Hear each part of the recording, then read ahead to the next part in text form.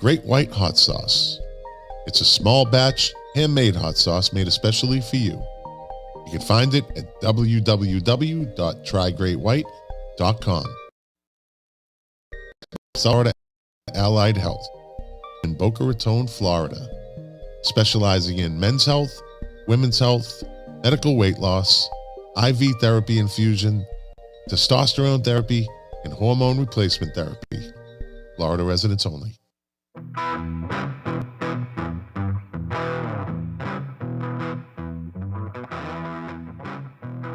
Well, here we are, episode 95. Whew. Inching ever so closer to episode 100. On this episode tonight, Mark Smith and Lou Calicchio of the Relish Podcast continue their residency on this podcast. And the three of us will be talking about the amazing year of 1979 in music. It really was. If you didn't know, well, now you're going to know. The facts are going to be flying. Stats. Producers, drummers, guitarists, production assistants. They got all the facts, those guys. Me, I just run the ship. Enjoy.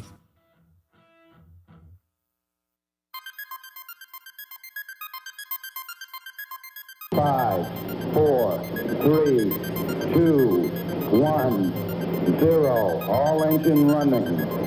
Liftoff. We have a liftoff.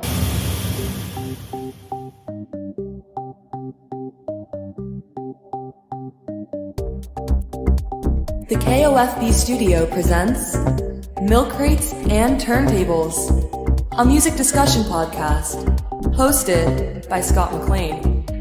Now, let's talk music. Enjoy the show. Thank you, Amanda, for that wonderful introduction. As usual, welcome to the podcast. You know the name, so I'm not going to say it. Let's get this fixed over here. We're streaming live right now over Facebook, YouTube, Twitch, Twitter, DLive. Yeah, a lot of live streaming places. Yeah. But we're usually we do it for the podcast listeners. This is a means to an end, right? As they say. So, yeah, we're going to be talking about the year 1979 in music. A lot was going on then. A lot was going on. And 79, let me see, how old was I? I was, I don't know, 15 or something. I was out running the streets like a fucking howling wolf. And you know who wasn't? My buddy Mark Smith from the Relish Podcast. Hey, Scott. But you know who was? I think Lou was. Lou Calicchio. No! The wall is a little crooked tonight. Did you duct tape the wall up tonight? It's not going anywhere, and I locked my chair up so I can't lean back if I wanted to. You know, he's going to try to lean back, and he's going to go totally over backwards. I'm calmer. I'm better. I'm more better. And it still won't cooperate. It won't cooperate. Great clip. Great. So, 1979, we're going to get right into it. No small talk. We got a lot to cover here. Hell yeah. Let me start off with asking Lou a trivia question. Ooh. All right. Bad. Okay. In the year 1979, there were two monster albums. Now, no looking, no cheating. Let's see if you know this. That had a common theme in the name of the album. Okay. Both of them had the same word. I can't say the word because then it's a dead giveaway. Right. One was by a group. The other was by a solo artist. Both are considered today absolute classic albums. I think they were both considered classic albums when they came out in 79. Right. Do you know what they are? The only thing that's coming to my mind is The Wall, but I couldn't think of something else that had something with The Wall in it. Well, I'm going to give you 50% credit on that. Because the other album is by the one and only. Again, Mark's busting at the seams. Say it, Mark. Say it. Michael Jackson. Off the Wall. There you go. All That's right. 75%. 79. 79% right there. Yeah. I just kind of put that together. I was like, wait a minute. That was good. Yeah, The Wall and Off the Wall, and you know how I kind of came up with that? So I was sitting in my kitchen tonight, making dinner for the beautiful Dr. Vera, and I put on Alexa. I said, Alexa, play songs from 1979, and the first one that came on was from The Wall, right, from The Wall, and then the next one that came on, and James Perry got it. Yep. The next one that came on was Living Off the Wall by Michael Jackson. I'm like, wait a minute. Yeah. Wait a minute. Yeah. Never Excellent. put that together. Theme. So yeah. Lou, give me a list of great albums. Do you have a list of great albums that came out in 1979? God. Yeah, I do. Start off with Elvis Costello, Armed Forces. Chic, Risque. Chic, yeah. Should be in the rock. Yeah, Princess. The Doobie Brothers, Minute by Minute. That was like the album of the year. And I think What a Fool Believes was the song of the year, Grammy winner. And that's an album there's I don't like. Anyway, Supertramp, Breakfast in America, #1 album. The Knack, Get the Knack.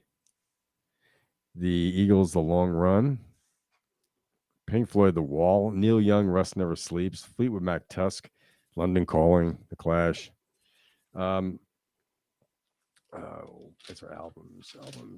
There's a ton here. What else we got here? Oh, Cheap Trick, Live at Budokan.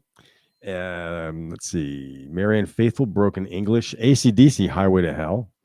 Wasn't that the comeback album? No, that was Back in Black. That was Back in Black. Yeah, that's right. Ricky Lee Jones' self-titled album. Earth, Wind, and Fire's I Am. The Cars, Candy O. XTC, Drums and Wires. Public Image Limited, Metal Box. Joe Jackson, Looks Sharp. Joni Mitchell, Mingus. Her collaboration with the great bassist Charles Mingus, who died. What's that? Did he freeze up again? Oh, no. Yes, you froze. Want to talk opera? No. We can We can hear you. The camera's frozen. Mingus. Well, we're on. You want to keep naming some albums? Yeah. And again, Dude, it's fucking. I'll be right. All right. No problem. We'll talk albums. And your Charles Mingus died in 79 too. The year he did that album. Not long. Okay. Not long after that, he made that record. Wow. Yeah. What else you got? Oh, You want me to rattle some off for you? Yeah, you rattle some. Okay. Talking Heads, Fear of Music. That's my favorite. My personal favorite Led Zeppelin album, which gets me in trouble, In Through the Outdoor. They didn't rip off any blues on that album. And here's where this year is weird. Prince's debut album came out. Yeah, so you had Led Zeppelin and Prince put out an album the same year. That was Prince's first? Yeah, with that horrible cover. Gary Newman, Pleasure Principle. Great. Here in my car. Did you say Tom Petty? Dan the Torpedoes? No, but that's definitely on. That's got to be on the list. That's every rock list. That album. Yeah. I mean, I'm listening to the obvious, right? ELO's disco album, Discovery. Discovery, yeah. I like that album. I do too. Yeah.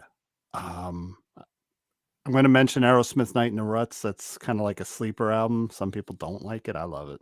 That was Joe Perry left when they did that. Right. Okay.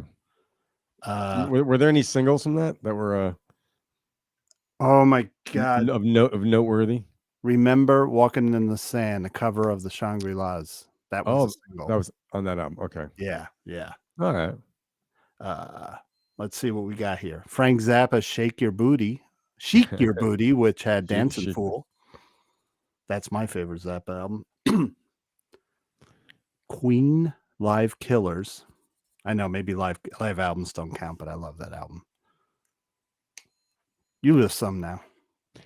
Bee Gees, Spirits Having Flown. That's a good album. Does that have Tragedy on it? Tragedy. Yeah, that was a big single off that. Dun, dun, dun. That's a pretty long song. That song's almost 5 minutes. Yeah. Can you do Michael McDonald do it? No, don't. Oh no, I think I wore that out last week. I think I'll get put in the green room if I do my bad Michael McDonald impersonation anymore. He can't put you in right now. That's right. Our leader is not here. That's right. He can't do it. Oh wait, he can watch the rebroadcast. We better be quick. How about Dire Straits' Communique? Yeah, I think that was just the second album. That's a great album. Their first three records, their first three records are so good. Yeah, love them. And in fact, some people don't like Communique. They say it's kind of, and I said, no, it didn't have any big hit singles, but didn't it have Down by the Waterline on it? That's on the first record. Okay. The big single was Lady Writer. See, I'm not familiar with that song. Can you believe it? They got a lot of radio for Lady Writer on the TV. Yeah. With that great guitar work. But there was that. And when the song Communique, first record. Wait, Once Upon a Time in the West, is that on the first record? I get mixed up on those first three albums. That, and then the third was Making Movies. Okay, yeah. When we get a black screen back, that's not good. That's what happened last week. No, that's what happened last week. He was doing the "I am not a crook" thing. Welcome to Milk Crate. Yeah, that's right. This is, for those who don't know, this is the Milk Crates and Turntables podcast with our missing host, Scott McLean. We should find, where's the bot? Where's that bot? Yeah, really. Come on, Perry. Now, that was pretty much my a big list of my albums. But I was thinking, since we've got, I got a lot more. Okay. Do you know who produced some of these things? He just wanted to eat a freaking turkey sandwich. That's why he went off. There you go. I'm eating a donut. What kind of donut? Sourdough. Just a donut. That was a variety show, Solid Dough. Sourdough. Oh. So what did I miss? What did I miss, guys? You missed the whole year of 1979. We're on 1980. I'm going to finish my donut. Okay. Well, me and Lou will rattle some albums off while you finish. You're rattling off some albums. Yeah. Mm-hmm. Okay. And coffee, too. Extend that pinky when you're drinking the coffee. Now, come on. I get my days and nights mixed up. I'm old. I mean, you're retired. And mornings and nights. Every day. Sunday. Go on. Don't mind me. Go on. All right. So, Mark, rattle off a couple. I think. So I finished with Queen Live Killers, which was the first Queen album I ever bought, and I freaking loved it. Buggles, Video Killed the Radio Star. So prophetic, right? 79? Really? Yeah. Are you sure? Okay. And here's a little subset of bands that we consider classic rock now, but were kind of rising up at that time. So Journey, Evolution, really, they were working hard to become the big band that they are, so that came out. Rainbow, Down to Earth, the one album with Graham Bonnet singing. Some people love him, some people hate him. Gotta Bring Toto, Hydra, that had 99 on it. Okay. That was 99. Woo! I love that song. What is the meaning of that song? It has something to do with science fiction, possibly with that first Steven Spielberg movie, but I'm not positive on that. Oh, I thought it was Agent 99 from Get Smart. Oh yeah. Jaime. Barbara Feldon. Yep. She was no Emma Peel though. No, she was not. No, she was no Emma Peel. No, she was not. All right, keep going. Okay. I'm still digesting my donut. The Kinks, Low Budget. That's I'm right. on a low budget. Yep. What did you say? Now, does that have this? That's a good tune. Yeah. That is a good tune. Does that have Catch Me Now and Falling on it? Yeah. Okay. Does it have Superman on it? Yes. I looked in the mirror at my pigeon chest. I'd like to be like a Superman. That was their disco song. Wasn't that their disco song? Yep. It was. Yeah, it actually was. You're right. You're right. Yes. Everyone did a disco song. And why not? Why not? Make that money. My favorite Foreigner album came out that year, Head Games. Head Games. That's my personal favorite album of theirs. That horrible production from Roy Thomas Baker. Styx just mopped it up with Babe and Cornerstone. That came out that year. Ugh.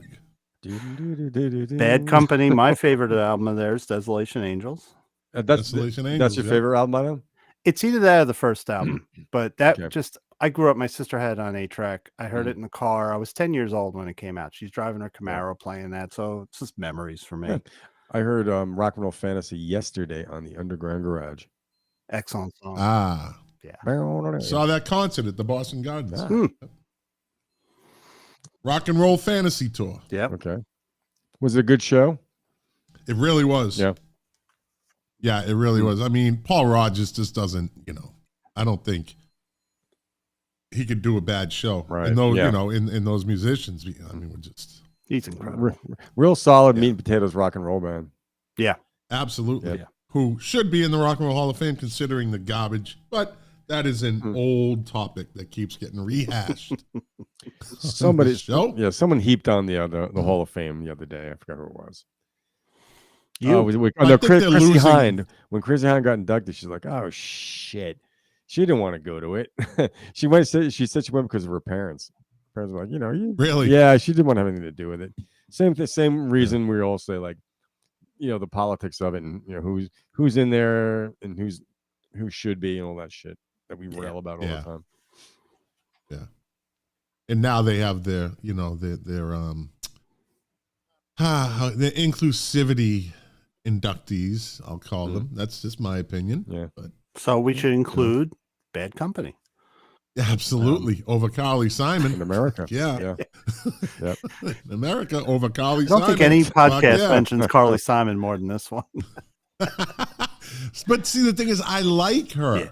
Yeah. That's not a it's and, not and as you personal. guys, no, it's not. As you guys know, I have an obsession with Carly Simon's mouth. She has the greatest mouth in the history of music. Yeah. Sheryl Crow is now in like second place. Sheryl Crow has a great rock and roll mouth. And some pipes. Is she worthy of inclusion into the Rock and Roll Hall of Fame? Not Sheryl Crow. I don't think she's gotten there yet. I don't. Nothing against her as an artist. I just don't think she's had that impact or what this initial thing was supposed to be. Yeah. No. So No, but you never know. Listen, the way they're going now, who knows? Who knows? She might get in before America. well, is it a yeah, right? Is it a gold watch now if you've been there for 20? But if it's not, because there's people that have been in there longer. But it's like the criteria is like, well, you've been there for 25 years.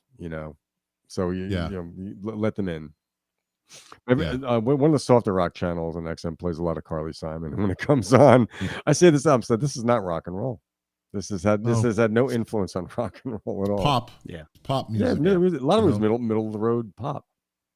And yacht rock as it became known as, which is a perfect name for it, actually. Yacht rock. Whoever came up with that term nailed it. Yep. Yeah, it is good. It's pretty all encompassing too. It's got Southern California rock in it. And I'm not gonna lie, I have yacht rock on my Sirius every summer. yeah, It comes man. on for the whole summer. I put it on. Yeah. I have it on a channel locked in. That's right. I can Yeah. hear "Moonlight Feels Right" by Starbuck. Oh, it's a good song, man. That's my It's ultimate a yacht rock fucking song. Really good song. It's got a kick-ass marimba solo in it. that guy's That's he's like- all over that thing. Yeah. I mean, it goes on for a while. Yeah. The guy's on something when he played it. You're right. It's And you can good. do air marimba too. And yeah, oh yeah, of course. You can do, Get your mallets in your you hand. can do the mallets. Luke, don't do it. You'll knock over the wall. Don't. I'm not. I'm not going anywhere. Scott, when you were off, we panicked because we thought like this was going to be a short show if you never came back. So No, you guys run. No. Don't ever. If you guys carry the torch. If something happens and you're still streaming, do a show. No, you have to. we'd feel like You can do it because I know you can we do it. would feel That's why. like we're in the recording studio and Phil Spector's watching us from the other side of the glass with that gun in his holster. That's what we feel like. But Yeah. what I mentioned was I brought up I brought Aerosmith's Night in the Ruts. Now Lou said, what songs are off that album? I know that Walking in the Sand was a single. Was there any other singles off that? Lightning Strikes? No, that was the Rockin' a Hard Place album. Oh, Rockin' a Hard Place. Yeah. Walking in the Sand. Memorable album, really. Yeah, it's split. Some people say it's their favorite. Yeah. Joe Perry. And that was the last one before the split. The two guitarists. So then you had an album with two other guitarists on it, which was one of my favorite albums for some reason. I'm a Schmitty. I saw him on that tour. That's why. So, how about the Cars Candy-O? Oh, Scott knows that's my favorite Cars album. Right. That's like Desolation Angels. Those were the 2 8-tracks that came out that year that my sister played constantly. So Candy-O just flows. So, I got the remaster here and I love it. And the drums aren't too distorted, Lou. So there you go. How about Graham Parker and the Rumor, Squeezing Out Sparks? I love that. You're familiar with them at all? Not really. I know you and Perry are into them. Graham Parker. I never really listened to him. So you should recommend one of his albums for me to listen to. Well, I look up the song Local Girls. Don't bother with the local girls. That was before that. I was probably 77 or 78, but I never had any of his albums. I heard his singles, Temporary Beauty. He did a song on Squeezing Out Sparks, this one with Bruce Springsteen I think it's called The Endless Night. Good rock and roll song, but he was like one of the kings of the English pub rock scene. Oh, he's from England. Okay. Yeah, with Brinsley Schwartz and like Rock Pile. Yeah. You and me, buddy. Phil's watching. Be careful. Get that take right. I feel there's the crosshairs in my head. But, for fuck's sake, Phil, get the take right. Graham Parker he's been living up in Woodstock for years now. My dad knew that. He told me one day when he worked in the bank, he said, "Do you know a Graham Parker?" This was after he said, "Do you know from the band?" God, your idol, Levon Helm. Do you know who a Levon Helm is? Nice guy. And I'm like, yeah, I do. So yeah, he mentioned Graham Parker. I've heard of him. I just never heard his music. So yeah, I wish I could have met him. Levon, he never achieved like huge success, but he's like one of those old bar rockers that in the early to mid 70s, that music was a happening scene in England, and it actually got to continue. But he played like theaters. He was never a big time guy, but he had a couple songs, but he was known just for his like songwriting. And he was one of those guys. Graham Parker was one of those guys that would work his band. That he worked that band into shape, like Ronnie Van Zant. Okay, yeah. He would rehearse Lynyrd Skynyrd until they were just ready to go. So Graham Parker was like that, like military discipline in that band. Oh wow! On top of all the drinking, that's an English thing, Being English, they're English pub rockers, Get bloody pissed and play a show.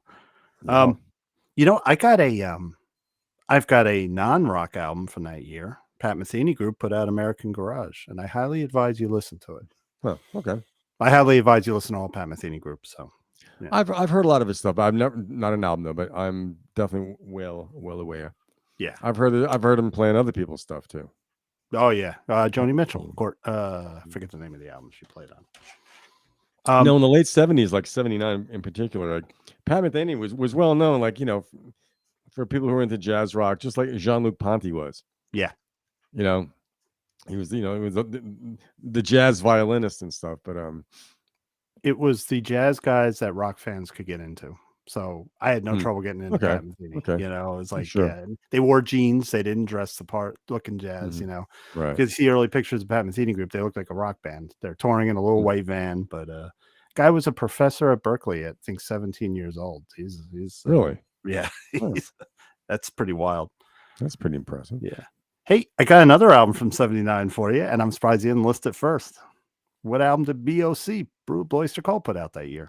Gee, I think that was called Mirrors. Okay. And Lou, you know why I know? Because you have converted me, and I bought the box set of all the Columbia albums, and I am doing a deep dive onto Blue Oyster Cult, all the albums. So the Columbia albums, because I saw where it ended. It's a good selection. Even the last two records without Albert, there's some good songs on there. Yeah, yeah. By the way, Scott's not frozen because I see his pinball machine blinking on and off. He's trying, but Even on my favorite. Don't worry about local girls. Yeah, man. Yep. They got the walk. Yeah. They got Grand Park in 1979. I was listening on my phone while I was trying to get back in play here. I have a big complaint with Restream going tomorrow. I am going to rip them up. You sure it's them, or do you think it's your internet? It's still kind of doing it. Is it still doing it? Yeah, you're in almost like stop time, jerky time. That sounds like the internet. Doesn't sound like Restream. I'm on Ethernet. I'm on an Ethernet cord, so it's like direct. There's no Wi-Fi. You two are not stuttering to me. You're perfectly smooth. So it's like Mark. Well, you're drunk, so you know. Yeah, Mark's freezing. Mark, you're freezing up sometimes. That's just me. I freeze up. As if I'm the only one that's not doing it. And I think this is great. Okay, before I get cut off again, I have a list of events that happened throughout the year of 1979, starting from January 1st, 1979. Bill Graham closes San Francisco's Winterland Ballroom. Yeah. Following a New Year's Eve performance by the Blues Brothers and, do you know who else? Grateful Dead. There you go. There you go. And as we know, the Winterland Ballroom was the scene of one of the greatest movie concerts ever recorded. Yes. The Last Waltz, right? Oh, yeah. Yep. Yeah. Yeah. Great movie. Let's see. On January 6th, 1979, ABC's American Bandstand featured the debut of the YMCA dance. Now, it is part of pop culture, which is why I brought it in. It is absolute part of pop culture. Using the hand gestures, forming it as YMCA during a broadcast. Sports culture, too. What's that? Sports culture, too. If you see the Yankees, that's what they do at seventh inning stretch. The guys that, do the they kind of over the dirt. They do that whole thing, Yeah, I wouldn't know that because I hate the fucking Yankees, so I wouldn't know that. Ooh, we could have it a good now. I wonder why. So this is interesting. In 79, January 9th, the Music for UNICEF concert. So that was like I remember that. They didn't broadcast it. It was in New York City at the United Nations. Right. And it had the Bee Gees and a bunch of other bands. And they only did highlights the following evening on NBC. Wow. So, which I thought was pretty interesting. Pre-cable. January 13th, 79. It was sad. This is almost like This Day in Music. Donny Hathaway dies after falling 15 stories from her hotel room in New York City. Yeah. Overlooking Central Park West. It was the Marriott's Essex House. Yeah. Because I remember that from there was TV. Some TV show would say from the overlooking the Marriott's Essex House, overlooking beautiful Central Park West. Oh, why does that sound familiar? I don't know what show it was. I don't know what it was. That sounds really familiar. That's a good one though. Yeah. On January, he threw himself out the window. Is what he did. Yeah. Yeah, he was, no doubt. He was a troubled guy. Yeah, and they said that he had suffered psychological issues. Yeah. January 15th, MCA Records purchases the not well known now, but ABC Records. Remember ABC Records? ABC Dunhill. ABC Dunhill. Yeah. For reported, how much do you think they paid for it in January 79? Like the RCA Record Club, they probably paid $6 for 6 albums. $10 million. I thought it was a penny. $10 million. What do you think, Mark? In 79 for a record company. I'm gonna say 15 million. 20 million. I was thinking that. Yeah. 20 million. 20 million. Nothing. On February 2nd, 1979, Sex Pistols bassist Sid Vicious found dead from an overdose. Yeah. After being released from Rikers Island, he never would have survived. No way. No way. He was on Rikers? He was in Rikers, yeah. They all go to Rikers. Yeah. Yep. Oh. That's where they first take you. Infamously referred to in the Jim Carroll song, It's Too Late, or is it? No, Friends That Died. Those are my friends that died. You like the Jim Carroll band? You ever listen to them? Yep. Just like Mark? Graham Parker, I've never really heard much from them. Really? Jim Carroll band, pretty interesting. So I read the book. If you like reading, read Basketball Diaries. It's not a long read. It's really not, but it's a fucking unbelievably interesting book on Jim Carroll in his life. They made it into a movie With Leonardo DiCaprio, which was the infamous trench coat, mafia, and which led to the unfortunate incident in Columbine. And but Basketball Diaries is a must-read. Okay. And Jim Carroll was a fucking interesting dude, man. Interesting dude. There's some things you'll find out in there. Lou, did you ever read the book? No, I didn't. No. Yeah. If you're interested, it's a quick read. It's not thick. I highly suggest it. Yeah. I don't have a pen, so I'm just going to add it to my Amazon basket. There you go. Basketball Diaries. Mark? Yeah. Jim Carroll wrote the lyrics to what Blue Oyster Cult song? Ooh. Lou. I don't even know this one. I mean, can I look at my box set that you talked me into getting? No. Well, it's in your box set. It is in your box set. It's from the Columbia years. What album is it from? Club Ninja. Oh, they're okay. Dancing in the Ruins? Nope. All right. That was. I think it's the best. It's the best song on the record. The song that Howard Stern talks on? No. Okay. Perfect Water. Okay. It's a good song. I'll check it out. Wow, interesting fact, Lou. So Jim Carroll wrote the lyrics. Do you know Jacques Cousteau? He mentions Jacques Cousteau in the song. Exactly. He asked me always, do you know Jacques Cousteau? Anyway, but great song. Let's see, February 7th. February. See, I'm looking right at it. February. February. Yeah. I'm always right on that. Wednesday. The Clash kicked off their first concert of their first American tour at the Berkeley Community Theater outside San Francisco. Bo Diddley opened for them. Wow. Right? What a fucking show that must have been. I've met Bo Diddley. Really? When I worked at the Bottom Line, he did a show, and he only did 2 shows. And at the end of the second show, this really attractive young early 20s girl kept showing up on her bicycle during the afternoon saying, "Is Bo here?" I'm like, "No, tonight's the show." "Is Bo come here yet?" "Tonight's the show." Anyway, at the end of the night, when all's said and done, she's in the dressing room. There was a kind of not glamorous dressing rooms. That was his New York hooker.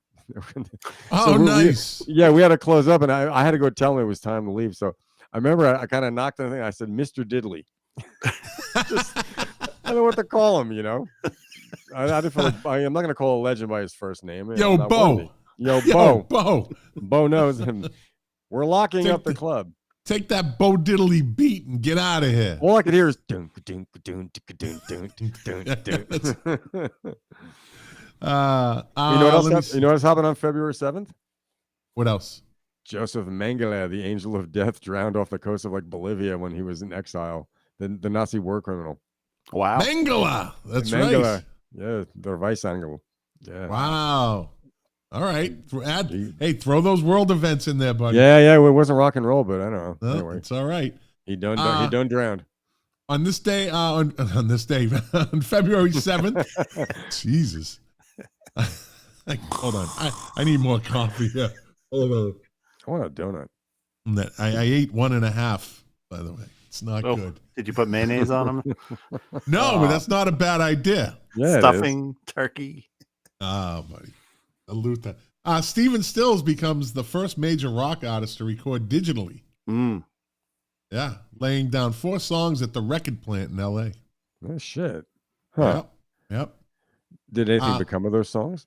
Yeah, they're on there. There's an album. That album is known as the first album. It's to be recorded digitally. Digitally, yeah. Yeah.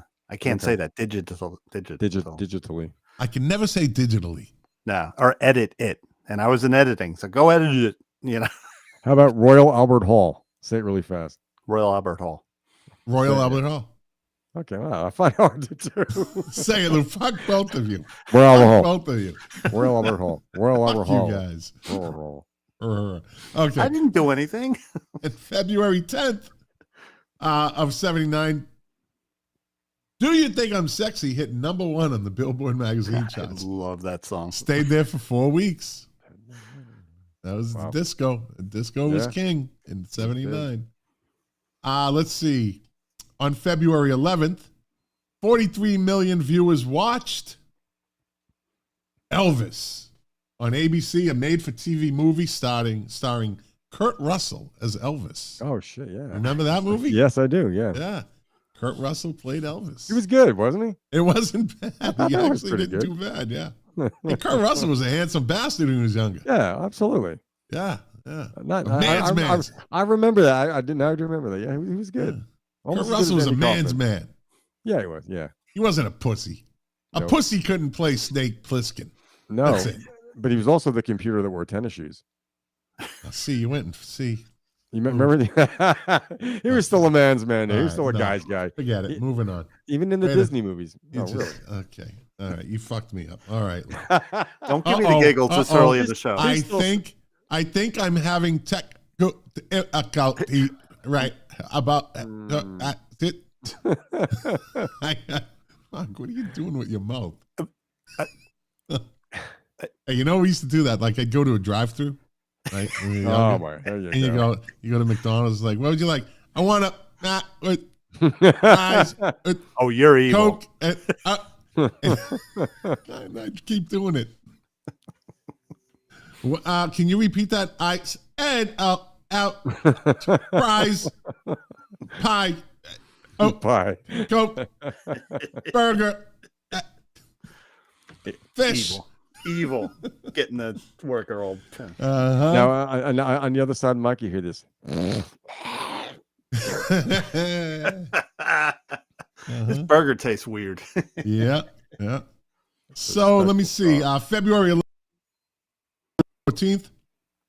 Okay, here you go. Following her, way ahead of her time, by the way. Following her 1972 sex reassignment surgery, musician Wendy Carlos legally changes her name from Walter. She reveals this information in an interview with 79 issue of Playboy magazine. Who is Wendy Carlos? Wendy O. Williams. No. No. Oh, Is a photographer? No. I can't remember. Who? She was an electronica. That's right. She worked with Robert Moog. Yeah. She was from Rhode Island. Right. Yeah. No, they worked together before the gender reassignment. Yeah. All right. Yeah. Let's see. I just got lost here for a second. Okay. February 15th, Minnie Riperton. Remember her? Yeah. Yeah. One hit wonder. Yeah. She died young, didn't she? Yes, she did. Early 30s, I think. Yeah. She appears on the Grammys as a presenter with Stephen Bishop Wow. of Animal House fame. That's right. I gave my love a flower. No matter what song he ever sang, I don't care about Welcome Back, Carter. I don't care. He This didn't sing Welcome Back, generation Carter. knows, our generation knows the guitar smashing scene. Oh, yeah. Sorry, man. He's never been better. No. Not even with On and On? He was the guitar smashing was He just wrote- the best. His best show Yeah, ever. no, yeah, absolutely. His best You know- gig ever. Do you know who Minnie Riperton's daughter is? Ooh, something tells me I do, but I can't think of her name. SNL cast member, Maya Rudolph. Maya Rudolph. That's right. And that That's song, she goes Maya, Maya, Maya. Maya at the end. That's yeah. right. Yep, at the end of Loving You. I She like the had- song. I wish I had an Oscar Mayer wiener. That's what Oh, you do? truly like to be. Mayer. Did you know- Jeremiah was a bullfrog. I like that song. That's And John Mayer is a good guitar player. Come on, Lou, jump in. You need Come on, Lou. You need to jump in the mire. Don't wallow in the mire. Come on, Lou. I was gonna say that. Yeah. I don't have one. You can't keep up. Wait, I got one. Squeeze my Meyer lemon, baby, till the juice runs down my leg. No. I mean, come on. Zilligod. Let's see. On February 15th, the Grammy Awards are presented in LA, hosted by John Denver. The Bee Gees collect 4 Grammys for the what album? Spirits Having Flown. No. No. Saturday Night Fever. Oh, that would be Yes. 1980 because that came out in 79. Yeah. Yeah. They only got They 4. got album of the year. Uh-huh. While Billy Joel's "Just the Way You Are" wins both record of the year and song of the year. Yeah. And "Taste of Honey," what's a disco band, wins Yeah. the infamous and deadly best new artist. Oh, yeah. What was their big hit? Who's that? A Taste of Honey? Yeah. Taste of Honey. Wasn't it Get Down Boogie Oogie Oogie? I think it's Boogie Oogie. I think that was the name of it. Yeah. Get down Down, Boogie Boogie Oogie Oogie. Listen to my bass. Best, yeah, the best song of the best part of the song is when it goes dang. Yeah. Is that one? The bass goes dang. Bow, I bow, always bow, like that. bow. Let's see. No, that was the Bee Gees Saturday Night Fever album. Yeah. It was the Saturday Night Fever soundtrack, so I guess it was pretty soundtrack, much that- their and- album. I would have thought that would have gotten more Grammys than 4. Me too. But again, Well- there was a Wow. crowded field. When was the last time? Have you ever listened to that album? There's a lot of non-Bee Gees stuff on it. And there's Yeah. a lot of crap. It's a 2-record Yeah. set, and it's only right. known for like the 4 Bee Gees songs. Right. There's like, I don't know, I think maybe the Tramps is on there, Disco Inferno. Yeah, Great. That's a great song. Stephanie Mills, I think, is on there. And then they got the Beethoven's Fifth, which is crap. Yeah, it's crap. But there's a lot of just crap on it. But those like 6 songs, the 6 to 7 or 8, even if, should have just been one album. But Yeah, of Bee Gees. you could have taken those and made a mega album. But the album made John Travolta a lot of money because he took less money to do the movie with an option on the royalties for the soundtrack Oh, I didn't know that. in the end. Yeah. Yeah. So, The movie was very successful when it came out too, though. and you wasn't know like what? some- It's actually wasn't a culty. good movie. It was. It's a very good movie. It's Oh, yeah. I mean, even the dance scenes, everything. It's a good yeah. movie. It's not a. I think it caught a bad rap because it was a disco movie, a disco, but the storyline, the characters, it was very. We all were from the city or around the city. Yeah, And man. we knew that type of person. Yeah, absolutely. Those types of people. I think My it was family one of the first movies to be re-edited to be PG because I remember it came out, it was rated R, did great. Then they made it PG because I remember seeing the commercial. That's right. Yeah. And it said now in PG, and that's I think when it went gangbusters because all the little kids could go see it. Then my sister was like 15 and she went to see it when it became PG. Wow. Yeah. All they had My to do was family- cut out that car scene outside the club. That's the only scene they had to cut out. Congratulations, now you're a pig. That was Yeah, what he said to her. exactly. That's the line. My That's family the had a roller line. skating rink, so in 1978, that roller disco that soundtrack was all over the place. Evelyn Champagne yeah. King and Yeah, it all was that. everywhere. That was the time. Like you said, we knew people like that. Yeah. A lot of polyester. Absolutely. And I like disco. I had my black satin jacket, There like you the go. Nice. the wind like the windbreaker type. Yeah, you know, yeah. Uh-huh. With the black and white like elastic wrists, and the collar. Yeah, that's you know, right. The black and white stripe. Weren't those called satin tour jackets or something Satin tour jacket. That's what it is. I love that like that? jacket. That's right. I actually pulled up a picture of me today when I was like, I don't know, 12, maybe 13. And I'm actually playing, my father took these pictures of me and my friends playing street hockey. Right? We got the street hockey net. There's 5 of us. And I'm wearing that jacket. That thing must have stunk like a dead body. Playing hockey in it. Yeah, playing street hockey in it. Love that jacket. On February 23rd, 1979, Dire Straits begins their first U.S. tour in Boston. Of all places, yeah. Let's see. What was the album they were touring behind? In 79, Yeah. Yep. that was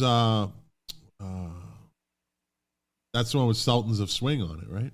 That's the first album. They put their second album out in 79. Had Lady Writer on it. Can I give him a hint? I love giving hints. Starts with Yeah, a yeah. C. It starts with a C. It's the name of the song. One of the songs is the title track too. Tell me. Communique. Communicate. I'm like, whoa, huh? What? I should be more Pacific. Yeah. What's your favorite Dire Straits song? Oh, Wild West End from the first album. I'm thinking for me, that's hard, man. I like the song "Brothers in Arms." I think it's one of the most powerful songs ever made. Beautiful. Skate Away. Yeah, that's a great song. That's a great. It just puts me like I'm just with her. Like I see it. You know the way he describes the truck, she has a camera on it. You know. Yeah, exactly. You know, she lets a truck grease her hip. Yep. You know, like it's just absolutely Tora Taxi. See you tomorrow, my son. You know, it's just a fucking great song. It's great groove. It's one of those songs I've never turned off. There you go. Yeah, I'll pick it up the last minute of the song. I'll listen to it. Yep.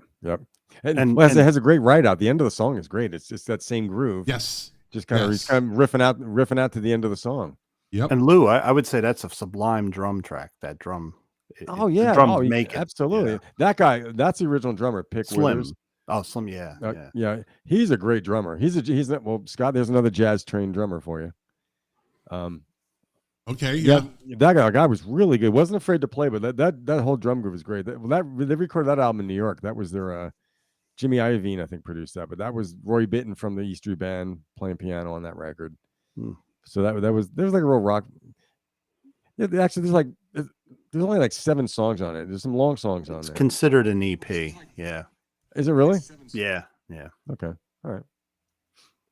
Let me see. Romeo and Juliet. Yeah, that's another great song. That's one of my favorites. There we go. Yeah. Let's see. February 26th, BB King. Say that 3 times fast, Lou. Royal Albert Hall. Bo. BB King becomes the first blues artist to tour what country? Russia?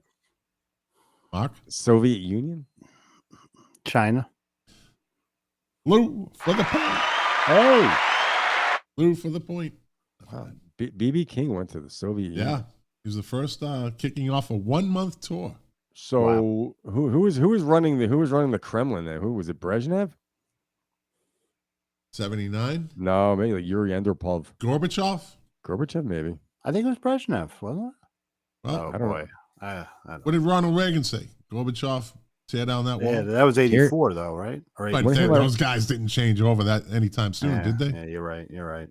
Tear down that wall, Mr. Gorbachev. Yeah. Tear down that wall. Oh, jeez. Want to hear Michael McDonald do it? Hey, you know what Gorbachev's favorite song was? What's that? No. It's a song called the 9 of Swords. Right. This is an inside joke, people. This is an inside joke. 9 of Swords. That was Gorbachev's favorite song. It was. Hey, listen. It's not a bad song, my friend. Oh, thanks. I listened to both of them today that are on the Music Relish YouTube channel. Yeah. Those are old Lou Calicchio, Perry Dedovich originals. Yes, yeah. Good job. Thanks. Lou Calicchio on the vocals? Yeah. Who's Anthony Calicchio? That's my younger brother. Okay, on bass on that song, right? He's a guitar player. He's a fabulous guitar player. He lives in Boca. Oh, that's right. You told me that. That's right. He might have waited on you in some restaurant that he worked at one point, and maybe in the future. Where does he? Let me know where he works. I will. Actually, I owe him like a gag like that because he met someone in Florida that lives in Asheville, and she got me outside the shop where I work, and she threw like a sub reference on me, and I was like, "What is the hell is going on?" And then I realized she was talking. She met my brother in Florida at a restaurant. He mentioned my brother was in Asheville. There's an inside joke between Anthony and myself, and she came out at the right time. I was about to walk into the shop, and she asked me, she goes, is your name Nestor? It was just an inside joke. And I'm looking at it, I said, this is weird. And as it turned out, he said, if you go into Metro Wines, and Metro Wines on Charlotte Street, Nashville, North Carolina. You might meet my brother. Just go along with this gag that him and I had for years. Right. So I owe him one. So you let me know where he is, right? Let me know. Then we'll get very intricate. Let me know when he's working, right? And I'll go in with my wife for dinner, right? And we'll go in. And I'll ask, don't say, but is Anthony working? Calicchio. Yeah. Can I have his section, right? So I'll make sure I get his section, right? And I won't say anything. I'll order, and then I'll say, this water doesn't taste right. And I'll start like these little things. Then at the end, I'll say, "Can I see the manager?" Oh boy! And the manager come up and he'll say, "Is there a problem?" I say, "No. As a matter of fact, this is the best server I've ever had. I've been in Boca for years." And I'll just kind of and then I'll say, "Oh, I'm a friend of his brother's, by the way." I can go deep with it. I can go this is good. I can, if it gets weird, I can give you some code words. If it starts going south for some strange reason or something. No, I wouldn't let it go south. I wouldn't be rude or obnoxious to him. I'll just be kind of Boca-ish. Okay. I'm sure he's used to it. I'm sure he'll be used to it. I'm gonna find out because he's sending me a menu. I know wine, so he'll call me like, what do you think is good with this or that? So he's gonna send me a menu because it's a new place I think he's starting at. So I'll let you know. Absolutely. And then get me a schedule, and then I'll have to let my wife in on it because she'll go, "Oh, darling, yeah, right. What are you doing?" Like, because we're usually really, really nice to the servers. I bet you are. Yeah. Well, you have to be. Since I saw the movie Waiting. Okay. Did you ever see that movie? No. Oh, you've never seen it, Mark? Have you seen the movie Waiting? No. Okay, it's a must watch, right? So every time I go in and I see a younger server, I'll say, "Hey, did you see the movie Waiting?" And they usually say, "Yeah," because it's almost like an industry must. Right. Okay. And I'll say, before I even get my food, "You were the best server I've ever had." Just remember that you are the absolute best server I've ever had. It changes their whole attitude on you. Good. But see that movie Waiting. Luis Guzman at his best. Oh, Luis Guzman. I love him. He's one of the characters in it. By the way, Luke, can I ask you, does your brother watch this? Probably not. Okay, because he doesn't watch Milk Crate. I mean, Music Relish rather. Okay, so he's not watching this. If I put it on my Facebook feed, he'll check it out maybe, but no, he doesn't. Okay, so we said that Records bought ABC Records, right? Well, on March 5th, MCA Records dissolved ABC Records. Oh, man. Wow. You're done. They bought them, then dissolved them? Yeah. This is great. On March 15th, 1979, and this is when he was at his orneriest. Is that a word? He was orneriest. Yeah. Or just as punkish as you can get. Elvis Costello gets in a heated argument with members of Stephen Still's touring entourage at a Holiday Inn in Columbus, Ohio. Why? After Costello makes disparaging remarks about America, he is punched by Bonnie Bramlett. Right? Yeah. Costello suffers a wave of negative press coverage after the incident is made public. But dude punched him in the face. You know what he said that night? I don't. Do you? This is, it's bad. I mean, he got a lot of shit for it. He called Ray Charles a blind, ignorant N-word. Yeah. And said it. He had to have been drunk off. Oh, he was smashed. And I think he was kind of saying like maybe like Ray Charles will take money for anything, but I don't think he meant it. The way it came out is the way it came out, and he had a apology. It would ruin him today. He wouldn't say it today, but that was 1979. But yeah, that caused him a lot of trouble because he was just he put out armed forces, but he wasn't the household word that he was at that, which he became. But was that the same? It could have done a lot more damage. Was that the same year he got banned from Saturday Night Live? It's around there, maybe. No, that was 78, 77, 78, yeah. First record, with Radio, he played. Radio, yeah. They didn't like it because he told the truth. Did you guys see that? I saw it live. I did watch it live, because I was a big Elvis Costello fan. Elvis Costello is my gateway into kind of the punk new wave transition. Okay, I dig it. Yeah. Watching the Detectives, just when I heard that was one of those kind of music life altering songs to me. It was just I heard that as I'd never heard, and as a lot of people, I'd never heard anything like that in my young life. Right. But that I was hooked. After that, I was an Elvis Costello fan. Right. Except for Bob Marley, so that music only would have come. That type of feel only would have come from England. Yeah, with that whole absolutely. fill. Now there's a drum fill that is it Pete Thomas? He does that and that song. Whenever I'm jamming with people, whenever I'm jamming doing reggae with people, like with these blues or other nights, I try to throw that drum fill in if there's a reggae feel. I try to. That's because it's so inspirational, so influential that I try to throw that particular drum fill in whenever we're doing like a reggae. At the Spiritual Center, we'll do some reggae sometimes. I'm like, I'm going to do the Watching the Detectives fill in there, and it will fit. Yeah, drop it in, man. Drop it in. That's one of those songs that you can't really understand the lyrics. Like you have to really, he says them fast. Like close up of the sign that says "We never close." The way he says it, it just kind of, it's almost like it's skipped. Like it says it out of rhythm or something, in the rhythm, but it doesn't make a sentence. Doesn't sound like a sentence, but yeah, that it's great lyrics. Great lyrics. Parents talk to the detectives who's waiting to hear the worst about their daughter's disappearance.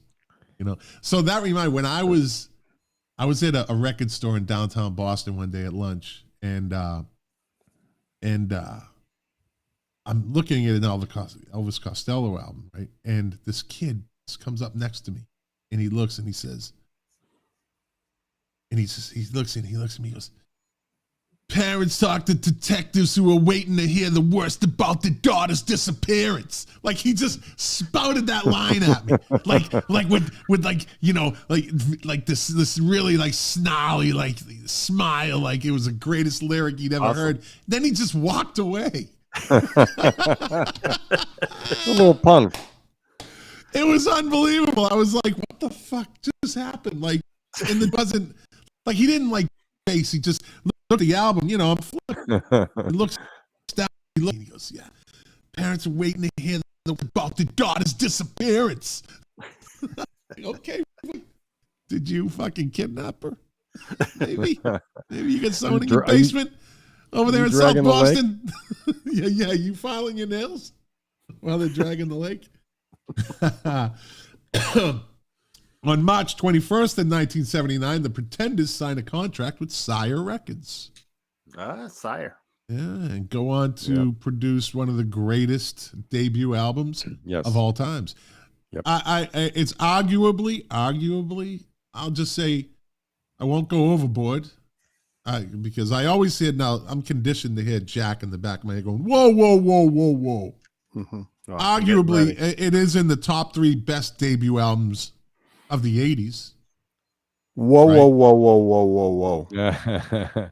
Yesterday marked the 40th anniversary of one of my favorite debut albums, Zebra, in 1983. There you go, buddy. There it is. We were supposed to get that in early. It's okay. I knew I'd slip it in somewhere. That's what. No. Now. It's okay. So Zebra, right? You remember them? I vaguely do. They toured a lot. They probably played in Boston quite a few times. Probably wasn't my music at the time, though. Yeah. But I remember when it came out, but I hated the song when it was on the radio. And I was only 13 when it came out, and I was like, "Oh, I can't stand it. It sounds like Babe, I'm Gonna Leave You," and everything. And then like a couple of years later, I was like, "Oh, it's the best." What's the name of the song? Tell Me What You Want. Remember that song? I've been wasting my time. Oh, I'm not gonna sing. Tell me what you want. Trying to get Tell me what you want. You can't get it on Spotify. Atlantic Records pulled it off, so it's not available. So just look it up. Tell Me What You Want. That was their huge hit. It was. Don't they have one of the earliest MTV videos or earlier? That MTV broke that song, right? That and then classic rock. Well, not classic rock at the time. Rock radio. Yeah. That and Who's Behind the Door. That song too. Yep. Yeah. Mm-hmm. Huge hits on MTV. March 27th, 1979. Eric Clapton finally marries who? Patty Harrison. Patty Boy. That late? He waited Yeah. that long, and he divorced her like not much longer later, if I remember. They were together for a bit. Okay. Yeah. He was so. I think he stole her from his best friend.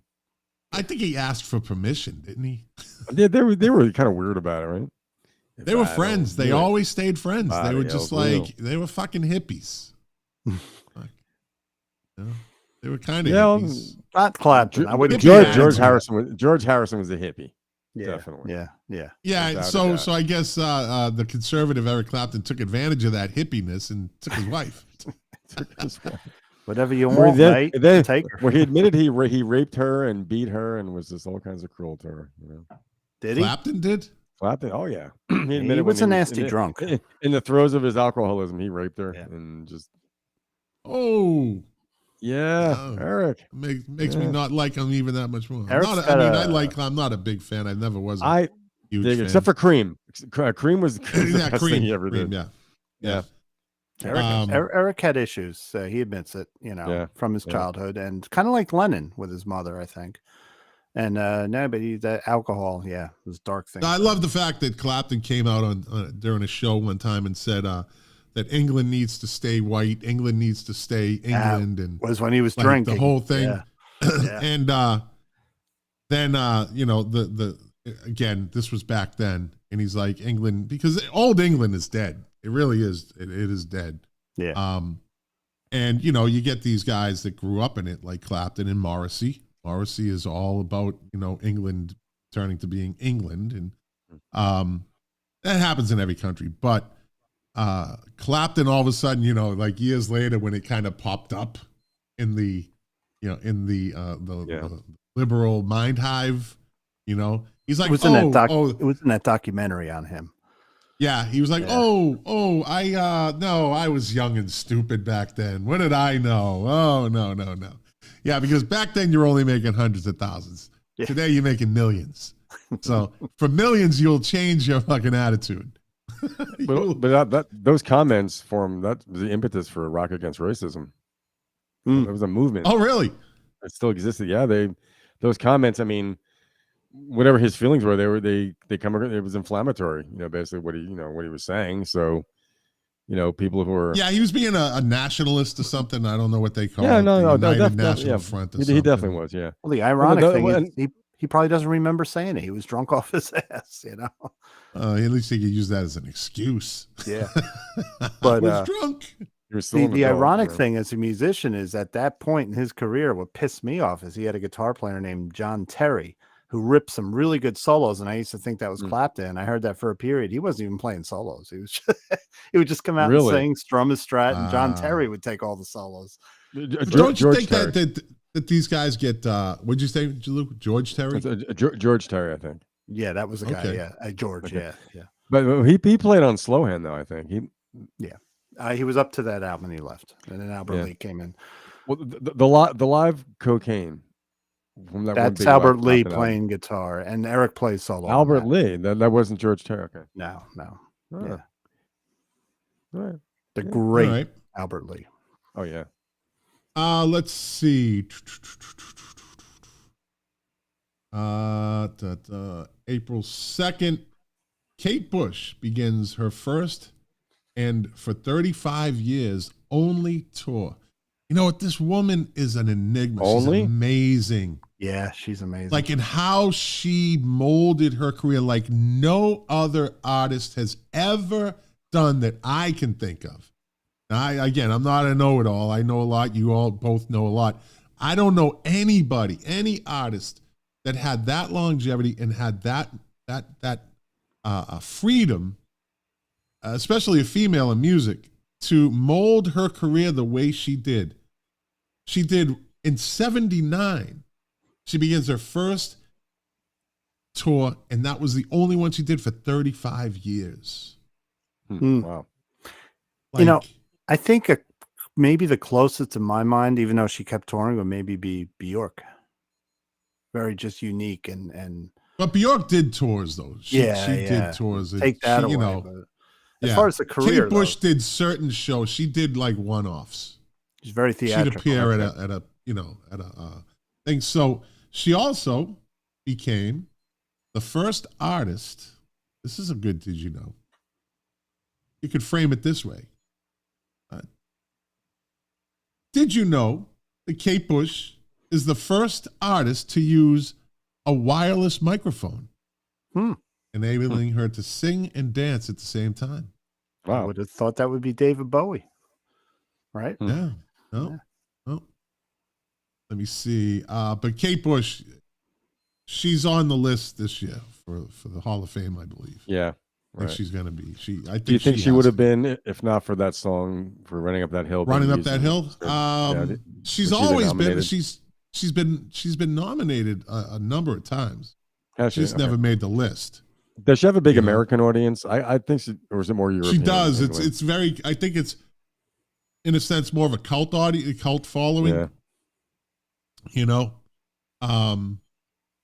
but she does have an audience. She definitely does. Mhm. Or If she record were, sales. if she were to say I'm playing Radio City Music Hall 3 nights, it would sell out. Oh, no problem. it would No sell problem. out. She could do 5 It nights. would. It would Fast. now. It would now for sure. I think before the whole. I think before that You think too. so? Okay. Yeah. Right. I know Yeah. a few Kate Bush fans. So just Yeah. very Yeah. very Yeah. long. Yeah, and I said about her music, I either like it or I don't. Mhm. I hear Like with her songs, I haven't listened to one where I'm like, it's okay. Hmm. You know, it's either you like it or it's a very unique style in her own, but Right. a lot of freedom, Yeah. freedom to produce her own music. You know, well, who was it? Roger Waters is the one that kind of got her. David start. Gilmour. David David Gilmour. Gilmour. I mean, yeah. Yeah. Got her He, start. I talked to him, and when this song erupted last summer, 2 summers ago, with Stranger Things season 4 or something. I believe I said this because we had talked about it on this podcast. She was pulling in something like fucking, I don't know, like almost 15, 20 grand a day. Wow. If not more. Wow. In residuals just for that, because of that, because this song just blew up. Yeah. And everybody was downloading it. Everybody. Good for her. Like, and that went on for like 4 months. This just huge fucking windfall of money from a song that came out in the 80s. Oh, yeah, the 80s, the early 80s, I believe. So she yeah. didn't. So she didn't tour behind that. Her big hit. No. Right. No, her albums always sold, though. That's why she always kept a record deal. Right. Which is why, You know, record companies are like, yeah, you got to get out there. She's like, nah, they'll sell. They'll sell. Right. You know, and I love that confidence because I like female performers. I like female singers, as we all know, people that listen to the podcast. And you get these ones that come along like her or like Sade, who put all her money, said, don't give me any upfront money. Very little. I want it all on the tail end of my album sales. And the record company's like, yeah, okay. Who are you? They're literally like, who are you? She's not, don't worry. We're gonna take. I want the to take you out to lunch. She ended up getting like 15% of all her album sales. Wow. Like it's actually considered one of the greatest deals in music history, music industry. Usually it's history. pennies. Yeah, she gets like Or 15%, pennies. and her albums were selling in millions and millions. Well, And they still do sell. You'd have to be a fool to hear a Smooth Operator and not say that's going to be a hit. Exactly. You'd have to have a tin ear, a complete tin ear, because that's, no matter what genre you like or whatever, that was a pretty smooth, jazzy R&B thing. At Live Aid that at was a Wembley, hit. At Wembley, she did "Is It a Lie?" and she had that white kind of with the backless shirt, and it was hey, listen, it's a very slow song, but if you ever want to see a nice performance for Live Aid, go to watch Sade's performance. Cool. And the place was like mesmerized by her, the whole stadium. But all right, moving on. Let's see. Hey, do you have anything on there about the concert for Kampuchea? That's in something 79? wasn't that 79 that I happened? think so. Yeah, that was kind of always big with me, that album. That album, yeah. I haven't. I don't think I've ever listened to it, actually. Well, To what be killed honest, me I'm going to is- be brutally honest. I don't think I've ever listened. It's one of the Who's first performances after Keith Moon died, and when Yeah. they play Bob O'Reilly, Pete Townshend's low E string is out of tune. So when he's playing, Bob O'Reilly, it's the bar chords. It's like, dude, tone your guitar. No, wasn't it organized by McCartney or no? Yeah. It was. And okay.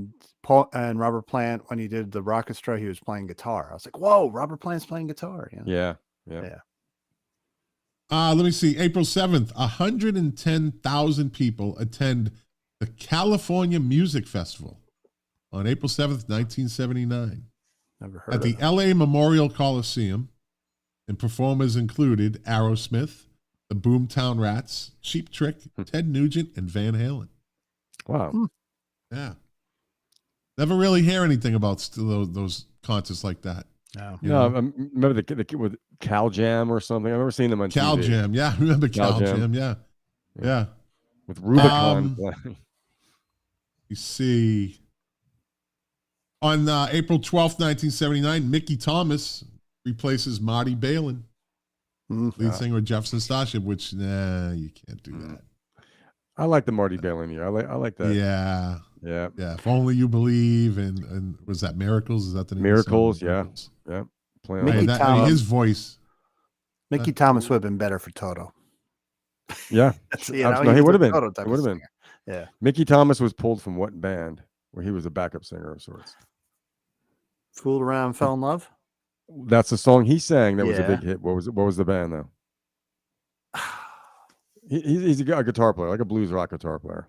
I can't remember. The band is his name, Elvin Bishop. Elvin Bishop. Yeah. Yep. Yeah. So All right. Yeah. Once So they again, must Lou have heard pulls that. one out. Boom. Hey, Who produced Lou. I was just going to say that. Lou, who produced it? it? Bill Simzik, producer of the Eagles, and Joe Walsh Oh, wow. Okay. and BB King. Yacht Rock. Yacht Rock.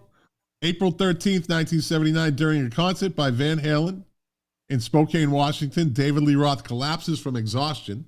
A local doctor treats him for stomach virus and advises him to calm down, then proceeds to pump his stomach and find 10 ounces of semen. Oh, wait, that's Rod Stewart. That's Rod Stewart. I'm sorry. You almost got a spit take out of me. Oh, my God. That's Rod Stewart. Don't lean back, Lou. Don't. That wasn't true either, was it? I don't think so. No, but it's just think Let's if that went around, in our day, right? Back in the 70s, right? And even the 80s, we knew about it. How bad would it have gotten around today with social media? Instantaneous around the world. Oh viral. my God. Like, just think that rumor traveled everywhere. Yeah. Like, it's amazing how that thing just. I was in school. By word of mouth, actually. It all came by word of mouth. Oh, no pun intended. Well, I was going to say, The rumor went in by word of mouth, too, apparently. Oh. Now, what was in his stomach, though? Jack Daniels? They didn't say, but it was probably Jack Daniels. Yeah, he's dehydrated, I'm sure. Let's Can you imagine seeing David Lee Roth collapse? I can't imagine it. Yeah, really. Good point. On April 22nd, the New Barbarians and the Rolling Stones performed 2 concerts in Oshawa, Ontario to benefit the CNIB as part of Keith Richards' 1978 sentence for heroin possession. Wow. Yeah. You can just do a concert. You're fine. We'll take all the money. We're good. And he does what he does best. Don't ever come back. Yeah. Let me see. Who were the New Barbarians? Do you know who they were? Oh. I don't. It was him and Ron Wood, but it was. Hey. And there's a DVD of it too, of them playing too. Don't know. Yeah. Okay. Yeah. I'll look like that was I might have heard of them. It sounds familiar, but I didn't know. Like, are they like just an offshoot of the Stones? It was like a super group or a one-off thing. That was Edie Brickell, wasn't it? Edie Brickell and the New Barbarians. Let's see. The New Barbarians. Oh, they did support Led Zeppelin at the Nebworth Festival. And it was Bobby Keys, Ian McLaughlin from the Faces, Ronnie Wood, Ziggy Modaliste, Keith Richards, and this is what gets me: Stanley Clark on bass, who is from Return to Forever. Really? Yeah, that's a unique lineup there. Wow. This is an interesting one. April 27th, 1979, Ozzy Osbourne is fired from Black Sabbath and replaced by Ronnie James Dio. Yep. which I saw that was maybe one of the worst shows I've ever seen. The Black and Blue tour, I've said it 100 times in this, was not really a good. It was a good. I was in high school. It was like exciting because everyone was like, oh, Black Sabbath and Godzilla and Don't Fear the Reaper and lasers. But it would have been a way better show if Ozzy was with Black Sabbath. I didn't mind Blue Oyster Cult. I didn't know a lot of their music at the time, but I knew all the Black Sabbath songs, and I was like, I love the Ronnie Dio era. Love it. Do you really? Oh yeah, because I was a metalhead in high school, and that is really heavy metal. Ozzy with for that. Hold on. Ozzy you go in the box for that. 30 seconds in the box. He's in the box. He's in the box. You can't say that on this one. I think you like when Ronnie James Dio was in Rainbow too. Look at he's swearing. I could see him swearing. I can't see him. I got him. He's swearing. He just threw his headphones at the camera. There we go. He had a fit. He's reading the zebra. He's reading the zebra insert. Double neck CD. Guitars. Yeah. I'll throw the CD at the camera. Let me see. May 1st, Elton John becomes the first pop music star to perform in Russia, somewhere around the Middle East. Oh, somewhere around there. Oh. Did he play in Israel?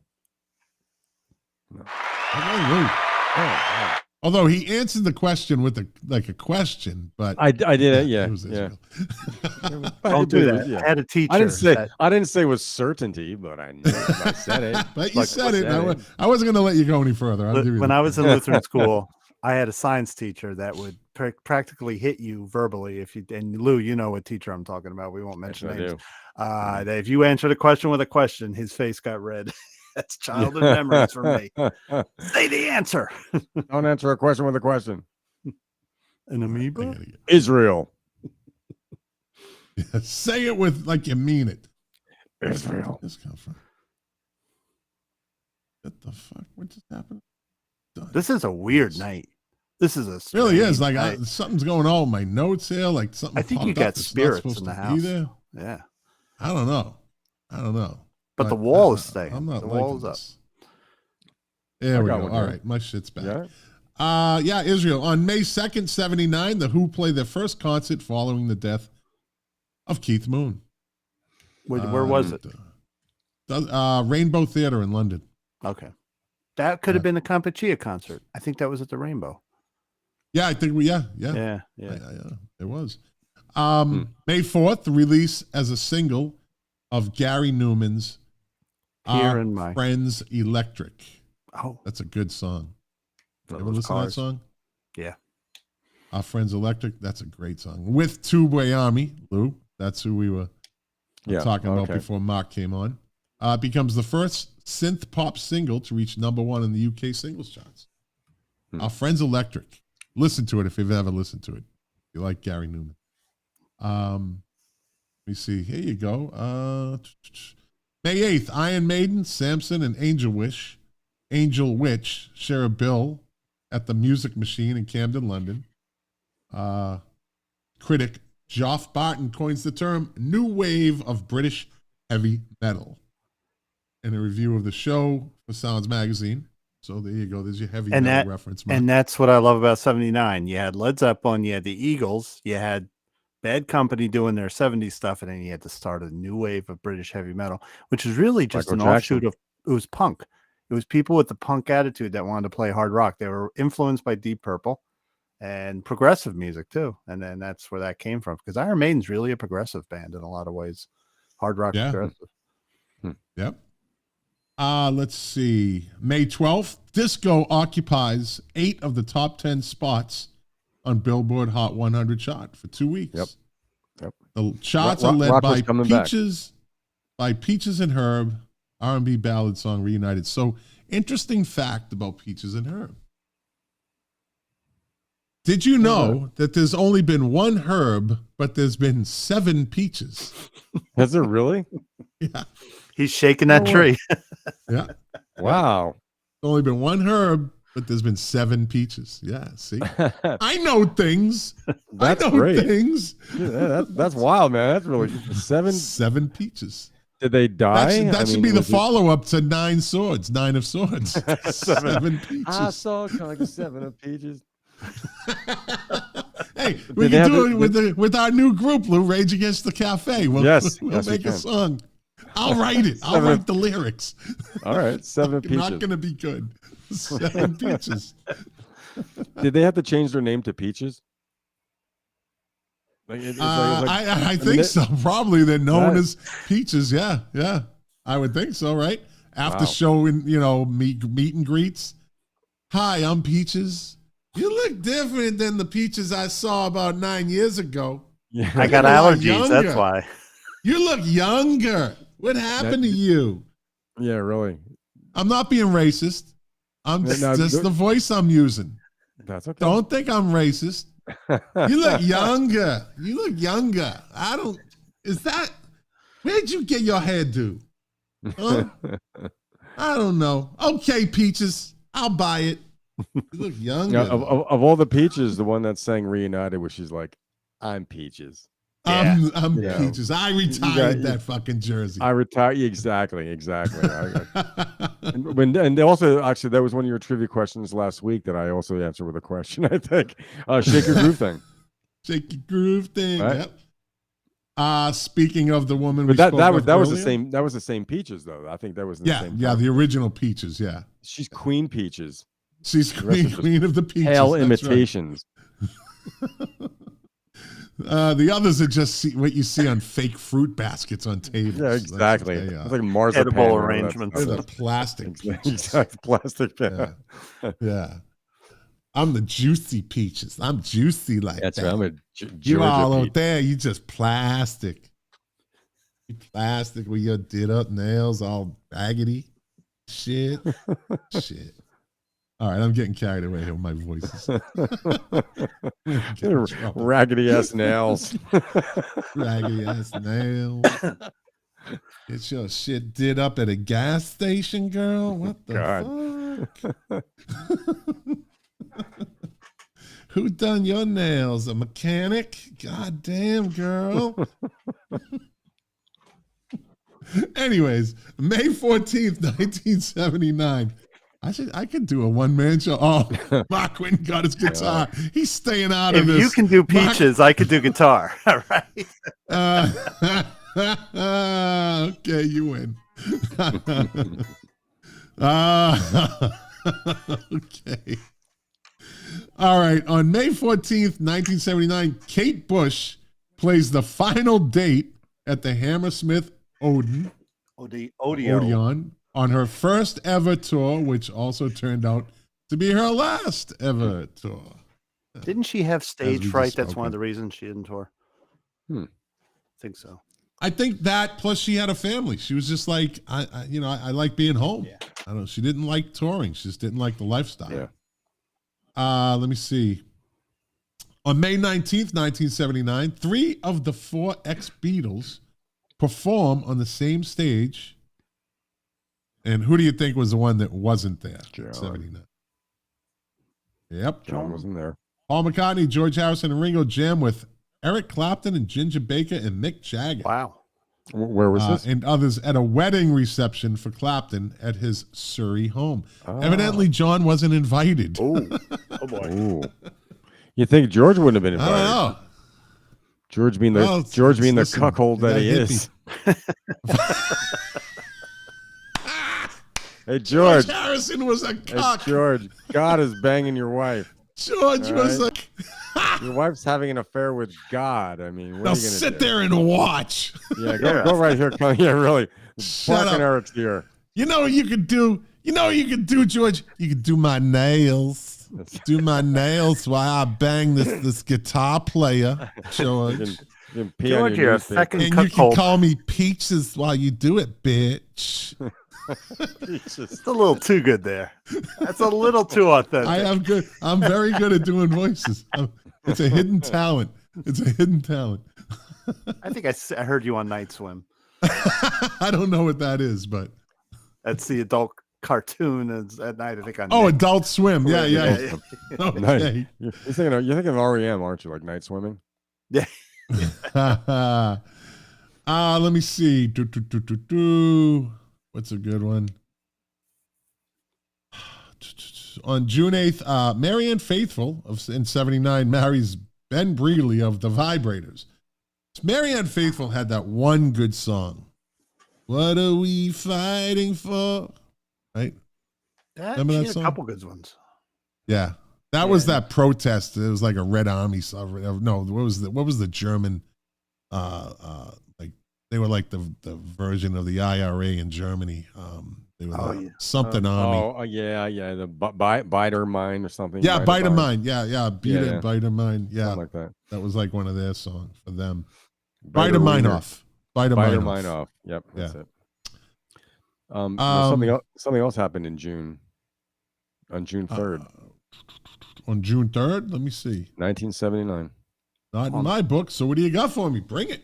Louis Theodore Calicchio Jr. graduated high school.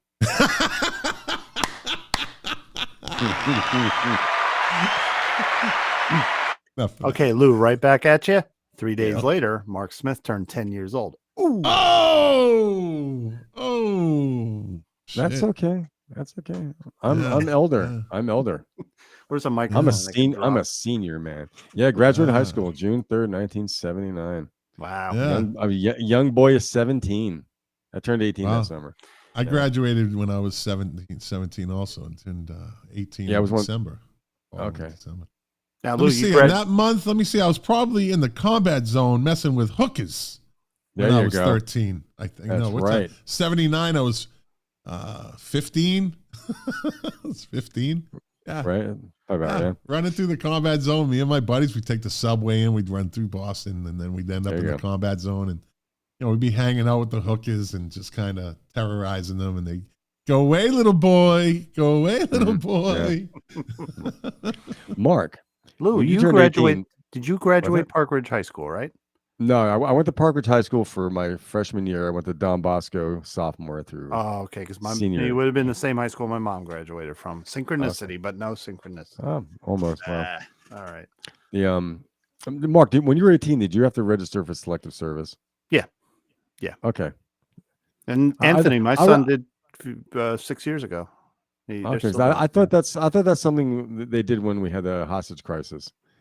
I thought it was brought back, but I guess it was something we just had to do anyway. No, yeah. So when he registered to vote, he also registered for selective service, right? As soon as Yeah. he turned 18. Yeah, he Okay. did it all. Dig it. All right. Let's see. On June 16th, Donna Summer becomes the first female to have the #1 single, Hot Stuff, and album, Bad Girls, for a second time. So her other album, she had a #1 hit and #1 album. Donna Summer was like the original record breaker. Wasn't she the queen of disco? You know, she still is. God rest her soul. Mm-hmm. Yeah. Let me see. June 28th, Bill Haley. Let me just say. Can you do a Billie Holiday impersonation? Singing Rock Around Bill the Haley Clock. makes his final studio recording. Oh, jeez. Bill Haley makes his final studio recordings at Muscle Shows in Alabama. My mom's only concert she ever went to, I think she said, was Bill Haley in the Comets. Wow. I didn't know he was You know- alive in 79. Wow. Rock Around the Right? Clock is one of the best guitar solos in rock and roll. Yes. Yeah, That's yeah. that- no I doubt. know who that player is. The guy's wailing, man. He's So playing some this good is runs. let's sidetrack for a second here because this is possibly going to be a long. This is a long show. We're going to do a two-parter for sure. So, what separates great guitarists from other guitarists? What makes people say, "Oh, he's such a great guitarist"? When you have people like you just said, Lou, this guitarist from Bill Haley in the comments, who was fucking undoubtedly a phenomenal guitar player, right? Mm-hmm. So, what makes this list? What is it? Out of popularity? Is it like? I don't You know buy what I mean? It's just popularity your because opinion. in the 80s, there's a guy named Yngwie Malmsteen that was the biggest guitar player in the world. Who knows him now, really? Nobody. He was fast, but he didn't have. Well, yeah. He I wasn't. think that Look at Jeff Beck, right? Yeah. Most people can recognize him. I shouldn't say that. David Gilmour, Pink Floyd. It's a combination of appealing to people that are not guitar players and musicians. So, you know what I'm trying to say? Like, there's musicians, and they're not always remembered. Like, I love Pat Metheny, but if you go ask some guy, hey, do you like Pat Metheny? Who the hell is he? But David Gilmour, maybe they don't know his name, but everyone knows those solos, and he appeals to everybody. I think a lot of what makes a great guitar player is like it's the songs. A lot of the '80s guitar players, I used to call them like gunslingers. Yeah. Who was the fastest gun in the West? Mm-hmm. With the advent of the tremolo on the whammy bar and all the crazy shit you could do with that. But like a lot of those things, did Yngwie Malmsteen write a lot of great songs? No. That's so. If you think about Pink Floyd had great songs, but I don't know. I'm just saying great guitar players. Yeah. Like without the add-ins of writing songs or like just on pure talent. Like you said, this guy. I watched this video of this kid. I forget what his name was, but he played like this kind of rockabilly. So, and he's still alive today. Is it Billy Strings? Yeah, that's it. And this the guy's pretty amazing. Fucking unbelievable. He can move around the stage and he can, but like, how is that guy? And he ended up being a very, I guess, popular studio guitarist and, hired gun type thing. But the dude could fucking play the guitar. He was a kid. So if you're playing that good when you're a kid, like I suppose you're only going to get better or you don't get worse. You know what I mean? I mean, like, some get stuck in a rut, some don't progress. Another guy that was a child prodigy and Perry's favorite guitar player, Joe Bonamassa. I'm just joking. Joe Bonamassa started playing when he was like 13, and he was at the top of his game when he was 13. I saw a video with him. Better. Yeah. And he seems to get better every year. Jeff Beck, until he died, got better every year. But you don't have to be fast to be a great guitar player. You just have to be good, It's going to be good, but I mean, I don't know. I started really thinking about that. I'm like, what makes this? It seems to be a popularity contest in a sense of great guitarists, but if you stop pulling up obscure names, that's what you get. People like, who? Yeah. And so they don't really consider them. So I guess you have to be part of the to make the list, you have to be popular. Well, the truly lucky ones are the ones that are virtuosos and get popular. Those are the ones that they've got popular fans and they got the musician fans, And Perry just nailed it on the head. Elliot Easton. I think he is a scary good guitarist. Knew what to play, when to play, but he's never considered on the list. Right. Well, and listen, the Cars are in the Rock and Roll Hall of Fame. Yeah. Right? If that's a criteria, right? Or it can be part of a. Well, Elliot Easton, he's an ensemble player. No matter how good he is, he never goes beyond that song. He plays brilliantly within the context of one of those Cars songs. He doesn't go beyond it where that song is about his guitar playing. I think that's a lot of it. Sometimes it's a popularity versus speed, but the iconic guitar players were known as personalities. Hendrix, just watching him on stage, even Clapton in his days. These guys, they were more personified. Elliot Easton could be anybody. George Harrison, I still think if you're thinking, listen to his from the early Beatles on to the end. I mean, his rhythm alone was great, but he's someone that never played above the level of the song that he was in, but that's a different type of greatness.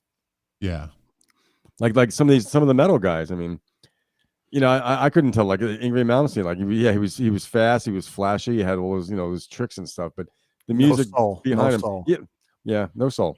And I love the guy. I grew up trying to be him, but he had no soul. Now Richie Blackmore, Deep Purple, could play heavy metal riffs, and he could play incredible blues and have incredible soul when he played. He had the best of everything, in my opinion. But there was still something raw about him. He wasn't polished.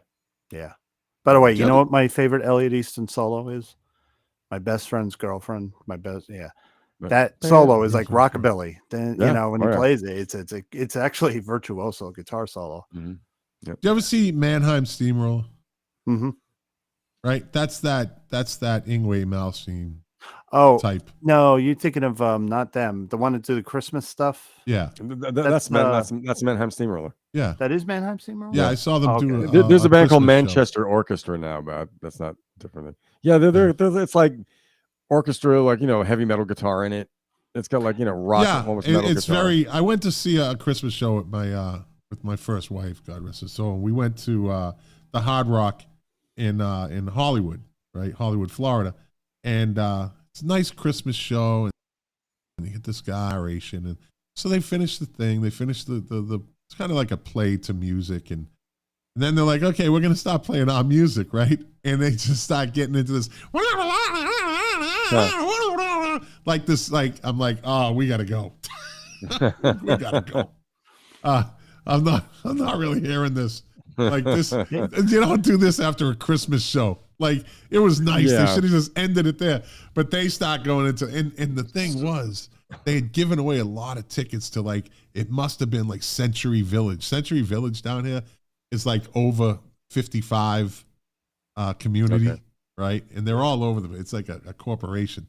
And they must get because there was a lot of old people there. Like, and this is going back to 2009, right? And so when they start playing, the people were looking at each other. The old people, nobody warned them, evidently. They just said, we got to fill this place. Let's get the old people in here. Yep. They Mannheim Steamroller. They would get no faster than me. Mannheim Steamroller. I can't say that 3 times. They were an Royal Albert Hall. a heavy metal band called Savatage that were really heavy. Oh, yeah. And, remember them, Lou? And they were. Yeah. So then they split up because I believe the singer died, and they hit gold because they make a lot of money. And there's 2 Mannheim Steamrollers, so they could cover the whole country for Christmas in like 1 month. You know? Yeah. So, July 1st, I'm sorry, go ahead. So when they're not doing Mannheim's, like it's almost like Swedish death metal or something. well, they do non-Christmas stuff. They put out a couple Yeah. albums like during the year. It's kind of manufactured. I'm not something. Yeah. See, you know. Yeah, right. July 1st, 1979, the Sony Walkman goes on sale in Japan. Yeah. Now, that was the original. That was like the big silver one, big square. I had one. Had a of little those. weight to it, and those headphones. Little puffy headphones. Yeah, little puffy headphones. With the wire, the thin kind of metal, like Yeah. thing, right? Do you But know how the I thing ruined about mine? those is they had no volume control. Like when you hit 10 on that thing, it was deafening inside those headphones. Like today, I noticed like they won't let them go that high. Like you can't really get your headphones to like, just like where people hear them outside of your headphones. Remember that? You'd be sitting on a train or you'd be somewhere and you'd hear somebody's music coming out of their headphones. That shit was loud. Those original Walkmen were loud. And those headphones, they suck too, you know. Oh, they were horrible. It was such a revolutionary thing. You know how I ruined mine? After a night of partying, I went home, put my headphones on, put my Walkman on my chest, passed out, threw up in my sleep. Really bad. You're lucky stupid. you didn't aspirate. I'm lucky that So I woke up in the middle of the night. My chest is heavy. I'm like, and I'm pulling on the headphone cord. And I pull up my Walkman under this mountain of dried vomit. It was horrible. I ruined my Walkman too. Here's the story of Johnny Rotten. Rotten. Yeah, but you know what CD? You know what cassette was in there? It had to have been Blue Oyster Cult. It was Blue Oyster Cult. The year was 1983. The year was 1983. Yeah. The one with "Take Me Away." That album. Yes. I can't. Which is a great song. That's the first song on the album too, right? Revolution Begins at Night. Yeah, the Revolution by Night. See, I'm almost there. Well, I woke up. I was angry. I was angry at myself for one thing. Plus, just for laying down on my back while. And you totally ruined a drunk. cassette, which was expensive. I ruined the Walkman. Are you kidding? The Walkman, yeah. It was in there with the concave of my chest. It was like a depression filled with like Chinese food that had made its way back up to the surface. All right. Moving on. Not a good mental picture, Lou. Not a good mental picture. Oh, it was hard. Sorry. All right. On July 10th, in 1979, Chuck Berry sentenced to 4 months in prison for tax evasion by a Los Angeles judge. Later, did we lose Mark? I think he had a water main break again. Oh, okay. Did he just jump off? Yeah. Like an emergency jump off? I think that's an intentional jump. Oh, okay. All right. Well, we'll move on. Chuck Berry sentenced to prison for 4 months for tax evasion. What would he later on go on to be sued for? Putting cameras in the ladies' room of his restaurant. Evidently, Chuck was quite the voyeur. Yeah, and a little kinkier than that too. I think he was a bit of a scatologist. Yeah. I read something in Rolling Stone. I'm like, whoa. Okay. Yeah, Chuck was he got a little weird. Or it finally came out. Yeah. Yeah. There's other Hollywood stories like that, but like I said, that's more imagery you don't want. Yeah. Okay, so this is part of let's just say I think it's part of music history, right? On July 12th, 1979 was the infamous Disco Demolition Night. Yes. An anti-disco promotional event held by a Chicago rock station at Comiskey Park involving exploding disco records with a bomb causes a near riot between games of a doubleheader, right? Forcing the cancellation of the second game because everybody ran. Not only did it fuck up the field, but everybody stormed the field after the thing blew up. Was that Chicago? Was that the White Sox? It was a White Sox game, I believe. They forfeited the game. They had to forfeit the game. Well, it was the second game didn't get played, because of what happened on the field. Everything all right, Mark? Uh-oh. Yeah, I had allergies. I had to run downstairs and sneeze. Oh. That's just a variation on what happened to you last week. Well, at least I came back eating a donut today. Why do you have to run downstairs to sneeze? Is there a certain thing up? I had to take a bathroom break. There you go. All right. Well, there was a cleanup on aisle 13. I see. Uh-huh. At least I didn't ruin my Walkman, Lou. Oh man. Let's see. July 14th, 1979, Donna Summer, for a third time in an 8-month period, scores a #1 single with Bad Girls, staying atop the charts for 5 weeks, and the #1 album of the same name, which also tops the Billboard 200 for 6 weeks. She was just a monster. Yeah. Back then. Remember MacArthur Park? Yeah, great song. Yeah. Dumbest fucking lyrics ever written. Or some of the dumbest lyrics ever written. But it's a the orchestra to it and the music to it is so beautiful. And the way that she sang it and the way that, what's his name? Richard Harris. Richard Harris sang it. Oh, yeah. The lyrics make fucking 0 sense. Somebody was tripping when they wrote those fucking lyrics. That was Jimmy Webb. I think it was Jimmy Webb. Up and Away. I think he wrote. Yeah, well, someone left a cake out in the rain, and I don't know how to make it because it took so long to bake it, and I'll never have that recipe again. What the fuck does that have to do with anything? It's a metaphor for letting that love go. That's what I think it is. But what I don't get is to me, I never got it. It was just a fucking cake that got fucked up, and someone lost the recipe. Or about like a striped pair of pants. Like a striped. Yeah, who says striped? That I don't. Yeah. Who the fuck says striped? Richard Bloody Harris. Stupid lyrics. Stupid. Fucking. I've got wine. Great song though. But you know what? I listened to the song. It's a great song. It's a great song. But I just let it go. That's one of those things I just let it go. I just go with it.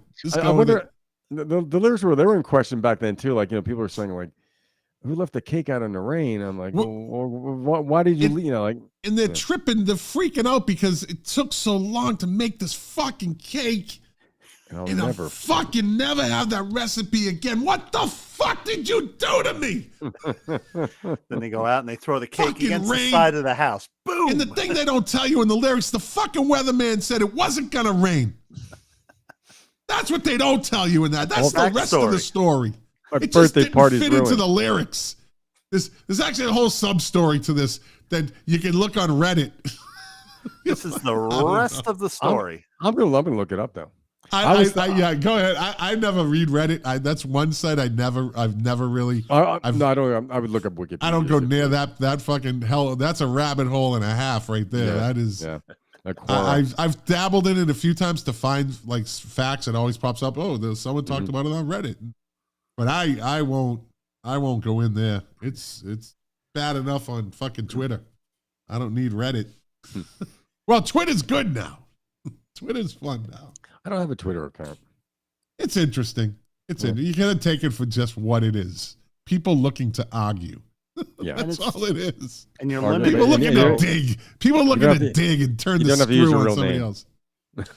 Yeah, No, I use Milk Crates and basically, Turntables. That's why we're streaming live on it right now. So I'm sure I've turned a lot of people off of this podcast because Wait a of second. Twitter. I'm on Twitter. Uh-oh. I'll see you guys. You guys have been I'm arguing. leaving. My name is not Mark Smith. My name is Bob Calicchio. Ah, Yeah. My name is Anthony Calicchio. I live in South Florida. we gotta get him. I don't know if I mispronounce Lou's last name one more time, he is going to just punch me through the next How long have screen. you know me? Yeah, How boom. long have you known me? I'm bad with names. I'm bad. And where I live here, people just even when I do gigs, it's like, Lou, I can't pronounce his last name on drums. Like, fuck you. Yeah. You know, come on, man. Calicchio. Never, at least try. Say it wrong. Colicchio. Yeah, Oh, Calicchio. And then ask Perry how many times I've mispronounced his name when I used to do the show intro. Remember? Just can't get his name right. I don't know. It's just me. How do you mispronounce that? It seems pretty simple. Oh, leave it to me. If I ever had to do a graduation ceremony, all the parents would be coming up and just punching me in the face. I can't. There we go. My last name's Smith. I mean, come on. Yeah. All right, July 28th, 1979, Aerosmith and Ted Nugent headline the World Series of Rock at Municipal Stadium in Cleveland, Ohio. Also on the bill are Journey, Thin Lizzy, ACDC, and the Scorpions. Wow, that's a good lineup. Turn crates and milk tables. You're not the first to say that, my friend. I've heard that my friends absolutely go out of their way to destroy that name. It absolutely, they go out of their way to destroy that name. That's okay. I almost, there was a time right at the beginning of this podcast, right at the beginning stages of this, like within the first 10 episodes, I almost changed the name. Really? I almost changed, I was like within the first 10, maybe 15 episodes, I almost changed the name of it. Because when you get into a podcast, you really start thinking, I'm like, it's still early enough. Nobody's nobody still is really. But I said, you know what? I'm going to stick with it because it actually, I started getting a kick out of the way people would just desecrate the name like, on purpose. Do you know what I thought when I first heard the name of your podcast? What? Perry says, you got to hear this podcast, Milk Crates and Turntables. The first image that came in my mind was Clerks, the guy in the store with the milk around. I don't know why. And then Perry's like, you know what it means, right? And I'm like, oh, I'm slow. All right. I am. So I'm like, oh, yeah, Milk Crates. Put the albums. Okay. I did. It just went over me. Yeah. But, Clerks, that's what I thought of. It's definitely geared toward baby boomers, the name. Absolutely. Right. And then, this whole new generation of vinyl lovers, which vinyl is still selling heavy. Kids are starting, they actually sell Milk Crates now. Yeah. For like That's $40. right, that's right. Yeah, like $40 when we used to steal them. Wasn't this the first year that vinyl outsold CDs? I think so. Yeah, I think so. So I think I might have mentioned this one time on this podcast that the thing about the milk crates. So what happened was, we were all stealing milk crates back then. We were using them for everything, right? But records became, someone said, hey, they fit perfectly. What name was it? Perry wants to know what name was it. It was going to be something like, I don't know, like Music Hive or something like that. Or something. It's going to be something smaller, like lesser. Talking shit. Yeah, and but Jack said, I asked Jack, and he said, well, my wife, Deb, the beautiful Deb, she said, just, you're in it now, just keep it. So I said, all right, I'll listen to the outside, and she said, she was right. She was right. Yeah, so I just said, all right, well, I kind of got over that. I've gone through 3 or 4 different title designs. I can never get that right, but I stuck with this one. But so the milk crates. So people started using them for their albums in the 70s, right? And probably even the 60s. But I would think it's more in the 70s. That's when everything really started to blow up. That's when people got big record collections in the 70s. Yeah. Big stereos. So the milk company was losing millions of dollars a year. on milk crates, stolen milk crates, because they're reusable, right? Yep. They're reusable. So what they would do is they figured out, how can we stop this from happening? Oh, I know. We will shorten the width. It's a square. So instead of it being, what's the width of an album cover? A little over 12 inches. Right? So it's about 12 inches. They made it 11 inches, or just enough to where it won't fit in. It has to go in diagonally. Sons of And that's bitches. frustrating because you can't put, I think a milk crate holds about 100 albums. 70 albums, I think. One Something milk like crate. that. Wow. One milk crate can hold that many albums, I believe. A minimum of 50, I know that. Before you start packing, it depends on how tight you want to get them in. But They get damn heavy too when you put that many. fucking albums. milk crate with albums. People Yeah. don't realize a chunk of albums are fucking heavy. It's plastic. Yeah. Yeah. A lot of them put them all together. Yeah. Dude, I had to bring a collection because I said my collection is a collection of other people's collections. They Yeah. donated them to me, Right. right? I have almost 1,000 albums now, right? And like I'm up in Boston one time, and my buddy's like, "Here, take my album collection." You know, it was been sitting in my fucking basement or my closet. I'm like, how the fuck am I gonna get these home? I shipped them. I shipped a chunk of them. It was like $80 Yeah. Yeah. to ship, like, I don't know, a bag full of them, and then I put the rest in my in a suitcase. And You're like put them walking to the through- terminal. Yeah, I did. No, I put it up, boom, on the thing, and I see the kid, this young kid with TSA, and he's looking, and I'm saying he's gonna look at these albums. He's gonna look at these. He doesn't know what the fuck these are. And lo and behold, they pull the bag aside and they start going through the albums. Yeah, and I looked. I said, "You never seen these things before, have you?" Not one who's like, "Not really." Not this many at the same time. Like, This is when albums were totally dead. Now he would know, what they are. Yeah. So, that's the story of the milk crates. They just decided to make them smaller so people wouldn't steal them anymore. Wow. You know? I did that. I used to go to my 7-Eleven. I just take a milk crate from the side. Yep. The side of the back. Yeah. Yeah. Yeah. Absolutely. Or when the milkman used to deliver, but that's going back even further. Yeah. Let me see. July 31st. What are we coming up? All right, July 31st, 1979, 250,000 people, 250,000 people turn out in Central Park for a free concert by who? Tell me who. Everly Brothers. No? I mean, I know this is a very... Wait, this was 79. It's a very broad question. A solo artist. Oh, sorry. Solo artist, let's say he not rock. Probably he's a perfect yacht rock guy. Maybe could be the quintessential yacht rock guy. Was married to another singer, very popular singer for a little while. James Taylor. There you go. Wow. Enough of that. I once. Yep. Is he in the James Rock and Roll Taylor. Hall of Fame? But he's got some mouth.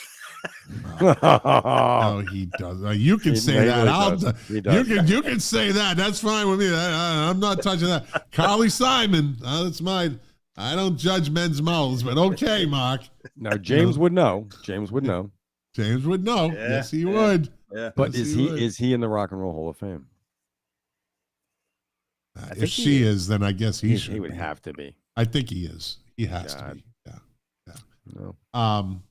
If not just for his writing, songwriting, and lots of albums sold.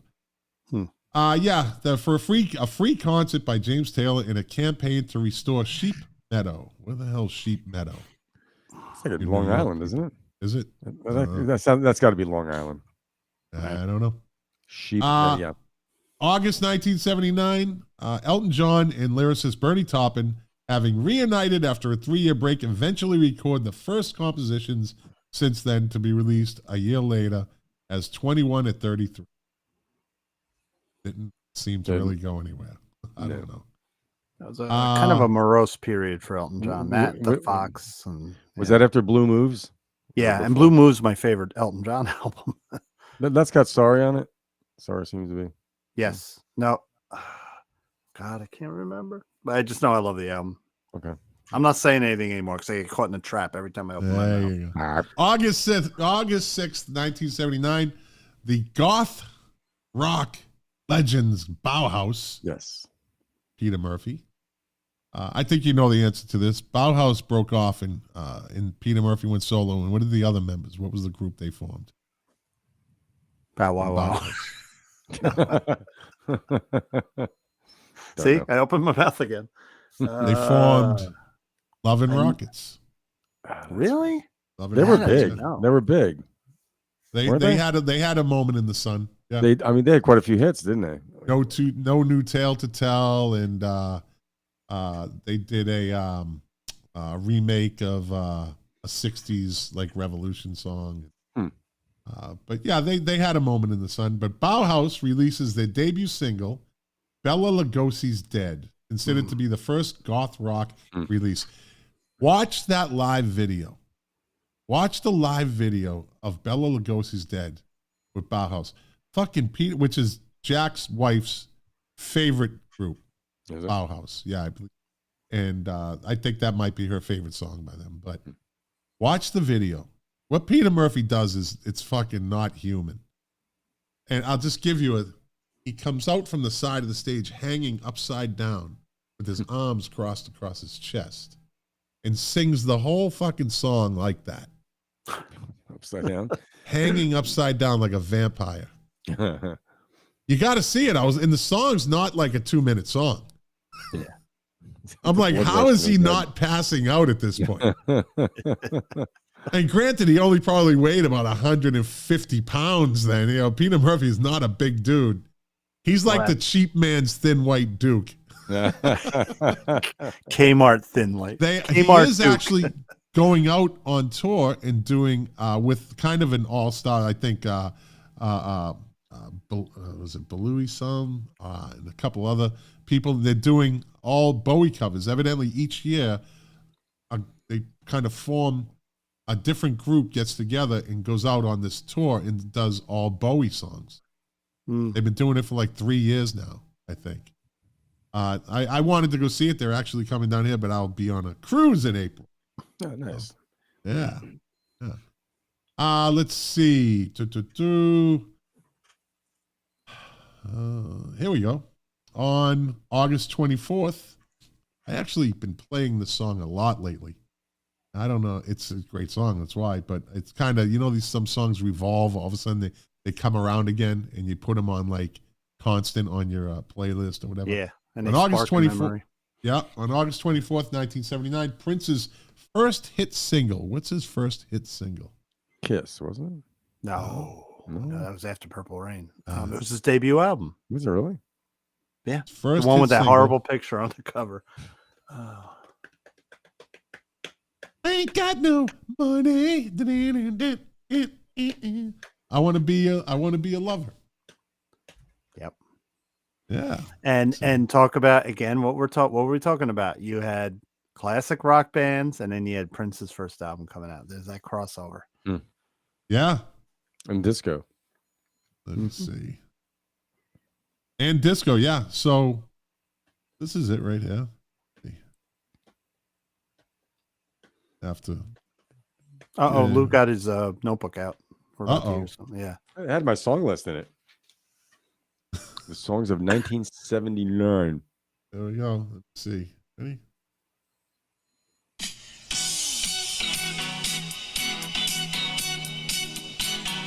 I hope Facebook doesn't pull me down for this. Oh, shit. 15-second rule. 15 seconds. I was playing in the background so it doesn't sound like I'm playing it for any other reason. Or educating people. Yeah. It's a great song. Yeah. I don't know if you're into Prince, but if you are, then I you've am. never heard that, you have to hear that. It's a great song. I'm into Prince for the same reason I'm into Miles Davis, is that the polarizing reaction. You get people that love him, you get people that hate him, then you get people that love certain albums he did and some that hate certain albums he did. Well, that album, the album cover for Dirty Mind was the one that people were like, what the fuck? Or that love Like section. the dude just pushed every fucking boundary. He knew exactly how to do it. Yeah. He was Madonna before Madonna. He knew how to promote himself. He had it all figured out, that kid. had it all figured out. And that's what he did. I mean, me and Jack have talked about it. He backed up the Rolling Stones. Comes out on stage with the garter belt, the panties, fucking nylons, the long trench coat, the boots. People were throwing shit at him, but he didn't care. Yeah. Because he's getting publicity. He's getting attention, you know? And Opening then for later the on, Stones. you know, a lot of those people were like, oh, I saw Prince back up the Rolling Stones. Yeah. But when they're at the show, they're throwing fucking ice at him. Let's see. Good question by my great friend, lifelong friend, April Bernard. She says, what genre would you put Prince in at the time? We had a huge Coliseum rock. Then he had punky stuff. You know what he was actually considered? And he was actually considered like funk. Yeah.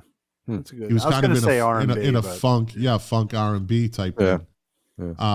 But they played his songs at clubs too, you know.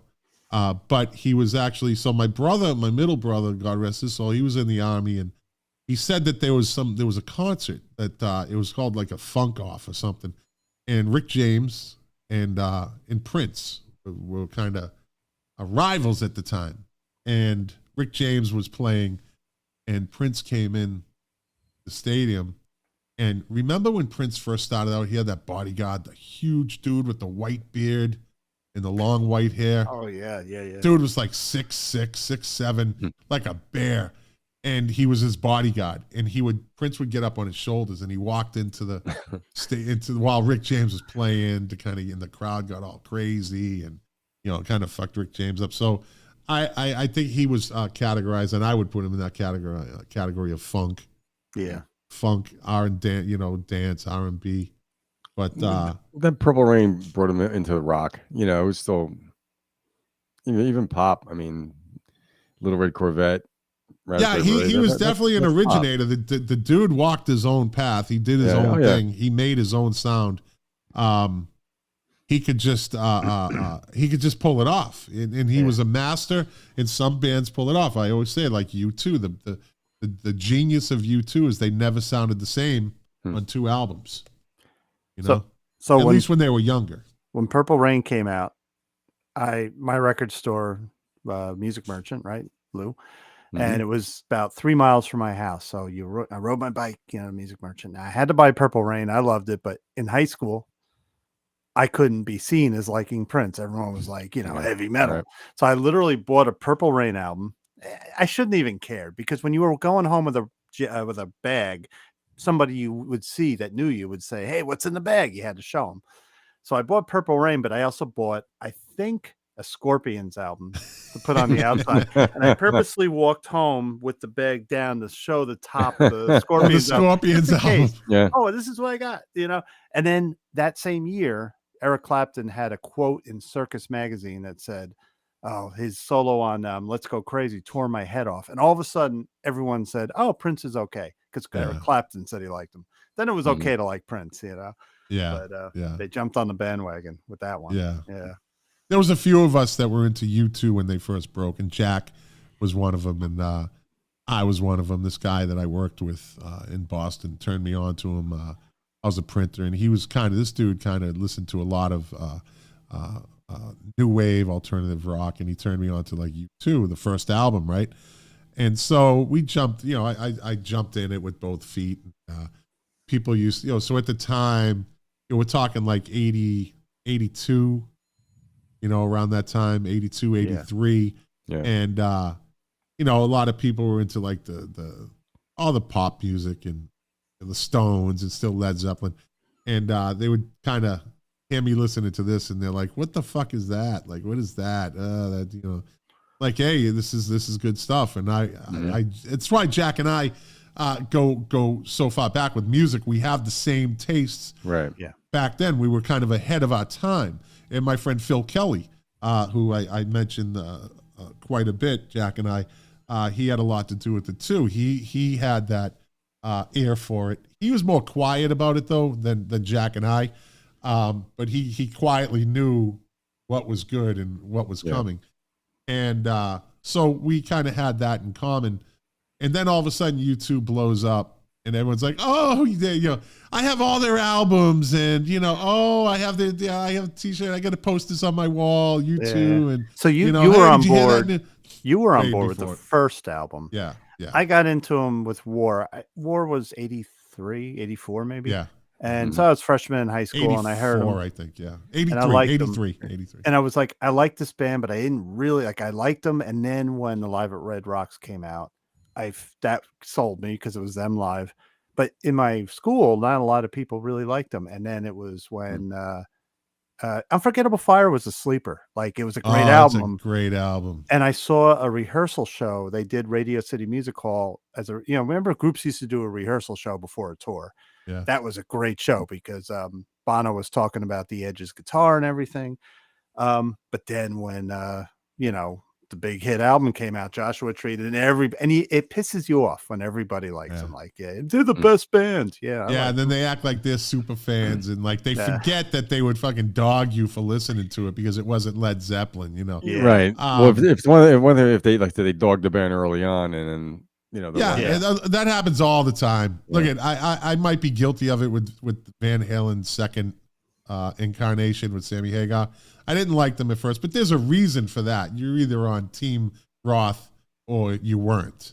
You know what I mean? So that's kind of one thing. I secretly knew they were good, but so that's the thing. So you get these people that jump on that bandwagon, and you had that band. It was like your thing. So you kind of pissed off because when they were less known, it was your band. Yeah, I was also listening to a lot of other stuff too. I was listening to Duran Duran before they were Duran Duran, and Adam and the Ants. So I was really into that. I jumped into the new wave thing with both feet and listened to a lot of great new wave music. A lot of stuff that you don't hear today either. First time I heard Gary Newman's Cars.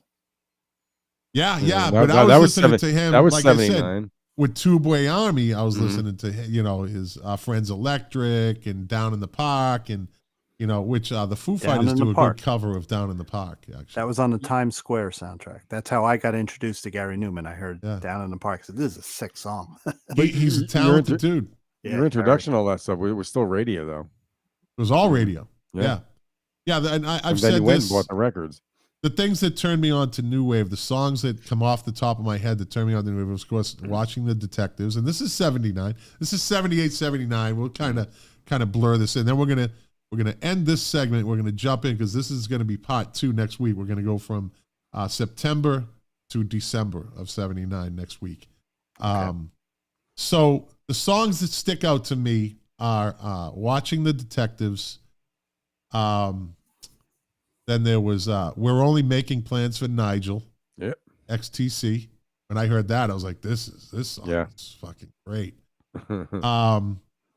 I Want Money by the Flying Lizards. Flying Lizards, yeah. Right. Lena Lovitch. Yeah. I Want a New Toy. I think New Toy came out first, then My Lucky Number. Lucky Number. I think they were actually on the same album. I think. Either way.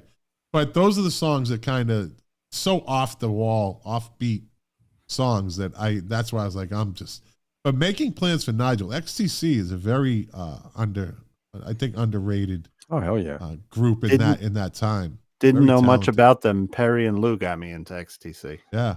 Their fans are pretty rabid. But that's another band that didn't benefit from touring because he suffered from stage fright. Stage fright, yeah, severe stage fright. Like I think I saw them on David Letterman. Yeah, when they had the oranges, they had to do it. Like they have commitments that they had to do. Yeah, I mean television's one thing, promotion. But they were good though. I don't know who was playing drums with them. There was the guy. Very from good. Mister. Yeah. But very good. Well, they played a couple songs from that Oranges and Lemons, but he didn't seem like he was wigging out or anything. But that's a band like that they didn't tour. Yeah. So, all right, let's finish up August. Then next week we'll pick up in September because I'm going to get into top 10 this week in music and birthdays. So this is a good way to end it. August 25th, 1979. My Sharona by the Knack hits #1 in the Billboard charts. That song was a fucking monster. Oh, yeah. That dominated the whole summer. Yes, it did. It was the end of the summer, but it dominated from Into the Fall. Yep. You know, and like the song would not go away. Would And not every go away. school desk, kids, boom, boom, bop, bop, boom. Yeah, Man, that was, he That was died, good. right? Bruce Gary died. Yeah. Yeah, Good drummer though. yeah. Yeah, that was good. Let's see. All right, so that ties that up. Next week we'll do September 1979 to December 1979. Cool. There's some good stuff in there. and I'll have more albums to list. Yeah. All right. There's Good. a Good. bunch of singles. I mean, there's a ton of singles. I'm going to end this segment with a trivia question. It has really nothing to do with 79, although he was around in 79. But what sport does and did Iggy Pop play at a very high level? Polo. Nope. He was actually really, really good at it. It was glass writhing. Basketball. Nope. Nope. He was a golfer. Ah, like Alice Cooper. He had like a 4 or 5 handicap or something, which I Wow. think is good. right? Like before when he was young Yeah. or after? And Wow. even while he was with the studio, he just loved golfing. Wow. Can you be a punk rocker and play golf? If people don't know about it. Back then, no one really knew. You know, you get this little dude come out on the course, you know, and he's like, "Hey, what's up?" Sulking around, slinking around. Next thing you know, the dude's like, you know, on a par 4, he's hitting it like, you know, in two shots. Yeah, but what Right. gave it away is he was shirtless. Yeah, so without a He's shirt always on. shirtless, yeah. So yeah, Iggy Pop. I don't know about now. He's an older guy, but back in his day, he was quite the golfer. Oh, I'm sure he still plays, especially when you get older, right? That's the Yeah, big I thing. guess. Yeah. What instrument did Frankie Avalon play? At a very high level. Frankie Avalon. Yep. Lou, you should get this, Lou.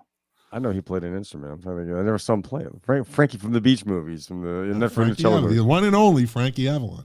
I'm gonna say piano. No, the trumpet. He really was a I was trumpeter. going to say clarinet. Played the trumpet. Yeah, I watched this video the other day on. It was like, I don't know, maybe it was like 70s the All American Bandstand Band, and they named off like Skunk Baxter was in there. Like they said on bass, Sheila E was on. She was one of the percussionists, and they were all in the audience, and they all came up on stage. Okay. And the lead singer was Bo Diddley. Oh, Yeah, they, Mr. and they Diddley all himself. played, and Frankie Avalon got on that trumpet, man. He was fucking killing it. wow. Interesting. Yeah, so there you go. There Cool. you go. I got information too, you know. That's probably not his real last name either. Well, no, it's probably something fucked He up drop name like a lot fucking- of vowels. like for that. Calicchio or Yeah, or Smith. Calicchio, Yeah, Caligula. something Caligula. Frankie Smith. Frankie Caligula. That would have been a great punk name. That's gonna be my name. That'll be my name in Rage Against the Cafe.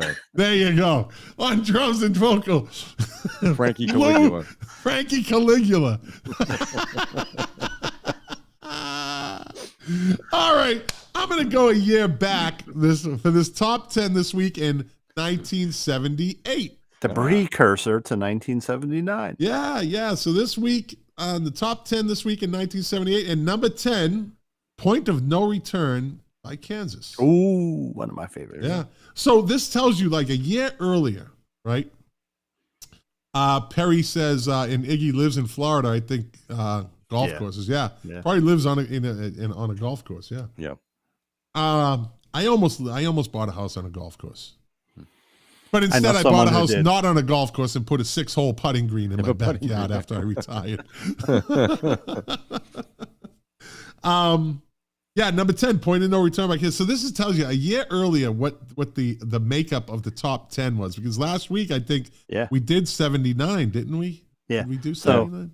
That was like the end of not just prog, but that grandiose rock was 78. Because by 79, Kansas were on the downturn. They were not doing Yeah, as they good. they Yeah, weren't. so that was the end of that. Yeah. Yep. I'm disco in '78 too. I mean, that exploded. Yeah. Yep. Mhm. Number 9 this week in 1978, The Grand Illusion by Styx. I love it. I love that album. Not a Come fan. on. Fan, not a stick. Welcome to the Grand Illusion. Come on in. I'm I good. liked it at the time until I really got to look at him, and I am Dennis DeYoung and the whole act. This whole he wants to make it all this kind of Why did John Panazzo Broadway productions and Look. and I really hated them when they stole Iron Man and turned it into Mr. Roboto. They stole the whole theme of Iron Man and turned it into Mr. Roboto, and they absolutely am I the only person that saw this? For what it was right at the beginning, was everybody else so fucking blind that they forgot that Iron Man, the whole theme of the song Iron Man, was actually what they used for Mr. Roboto. It was a nice version. It was a nice version. We're going to make this nice. That's such an angry song. So we're going to, I'm Dennis DeYoung, and I'm going to make me defend. I'm going to make this a nice. This is going to be a nice. We'll call him, instead of Iron Man, which is very vicious, we'll call him Mr. Roboto. Yes, Mr. And then we'll say Domo Arigato, because people love that, because that's the only Japanese people know, right, in America. So we'll do that, and we'll make him he's kind of like an anti-hero, and then, people will feel bad for him, and then we'll just yell, Domo Arigato, Mr. Roboto. Uh-oh, he left. Goddamn Scott, he fucking picks on my oh, fuck, my microphone's on. No, Dennis DeYoung's annoying, I admit. Yes, thank you very much. But thank you very that's much. the first time you heard Kenny singing Comes to Elway was just great. I'm telling he's better. I liked Lady and all that shit when I was in junior high, and they played at the fucking junior high dances. Shit like when they actually had live bands. They didn't have DJs back then. Yeah. It was live bands, and they did all cover songs. It was fucking. So it was great, So, but then I grew up. What about Renegade? Fucker. Renegade's a great song. Look, Pieces of Isn't that Eight. how they begin? Isn't that how they begin? The song? He does it in there. Is that Pee Wee Herman yelling that's that? the one that goes, oh, mama, I'm in fear for my life. Yeah. But And then they have Pee Wee go. He does. That's JY. That's James Young. Come on. Pieces of Eight, Grand Illusion. Great 2 albums. Is Large Marge on that album?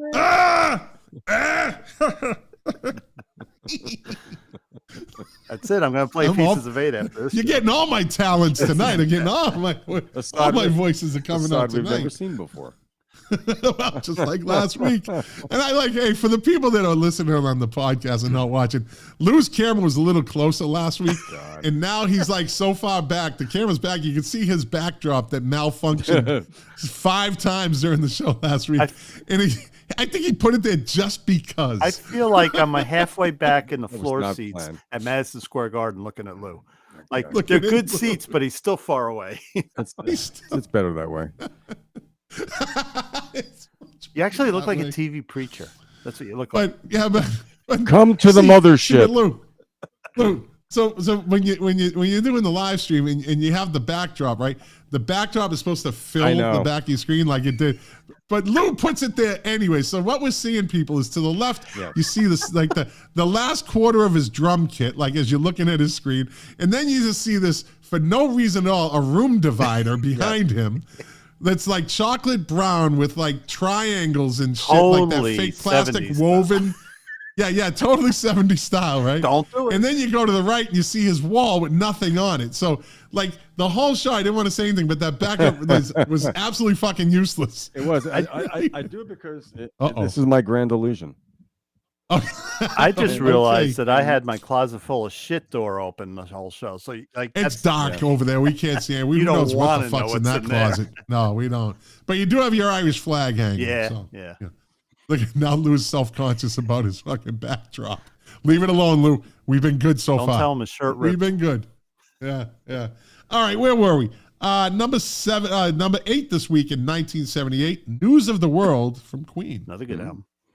Yeah, number 7 this week on the top 10 hits of 1978. Weekend in L.A., George Benson. Now, you see how all, a year later, these were all fucking 7 out, like they mentioned earlier. I mentioned it was 7 out of 10 with disco songs, right? Number 6 this week in 1978, Even Now by Barry Manilow. Wow. Number 5 this week in 1978, the group we talked about last week, the song we talked about last week, the masterpiece, Asia by Steely Dan. Steely Dan.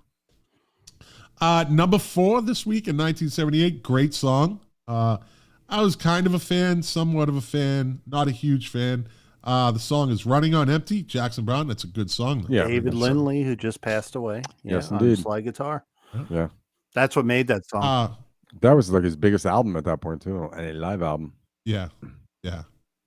Number 3, actually my favorite. What's your favorite Jackson Browne song? It's well, off. who knows what I'm going to say?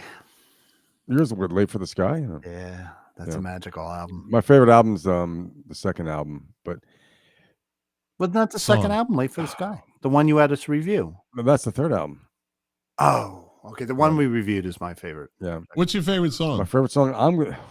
It might be these days, but that's hard. I'd have to really. There's a lot of that first 2 records I like. A Lady of the Well. Oh, Lady of the Well, yeah. Yeah. But then on the other hand, the Loadout or on Running It, that's a great song, Mm-hmm. Yep. Yeah. Mine is She Wasn't Much Good at Sticking Around, but that girl could sing. She could sing. Lou, doesn't Scott do a great Jackson Browne? It's just spot on. Don't I sound just like him? Oh, I man. see my voices are on tonight. My voices are on. Why don't you do a pub show? You could get away with it. It would be great. Trust me. I could do a one-man show. But can you do Michael McDonald? Yeah. I'll have next week. I'll have a Michael All McDonald right. invitation. We'll have a McDonald off. And I'll eat a Whopper. No, a Big Mac. Sorry, wrong one. That's okay. That All right, Jackson listen. Browne song. That's what album is that from? That's a later one. That's from like Yeah, Lawyers that one in came Love. out in like 81, I think it came That might out. have been the Lawyers in Love album. Yeah, I think so. I saw that tour. She wasn't much good at Sticking sticking, around. but that girl could sing. Number 3 this week, another person we just talked about earlier, in 1978, Slow Hand, Eric Clapton. The number 2 song this week in 1978, The Stranger by Billy Joel. And the number 1 song, you know what? These are This is albums. fucking These are albums. I was going to say. Okay. Yeah, I was looking. I'm going, wait, that sounds, I didn't know there was a song called fucking Slow Hand. Milk Crates and Who's in the Turntables. world? Jesus Christ. I was a little, so I had my, it's been, okay, I'm fucked up. I fucked up. All right. Fucked up. What episode I did Scott fucked up. fuck up on Milk Crates and Turntables? It was Yeah. episode. Yeah. Well, just the top 10. Yeah. Just the top 10. Well, the top 10, the number 1 album this week in 1978, is Saturday Night Fever soundtrack. There you go. Yeah. So most of those are rock, except for Most of they're all rock. Barry Manilow. Except for Barry Manilow. Right. Wow.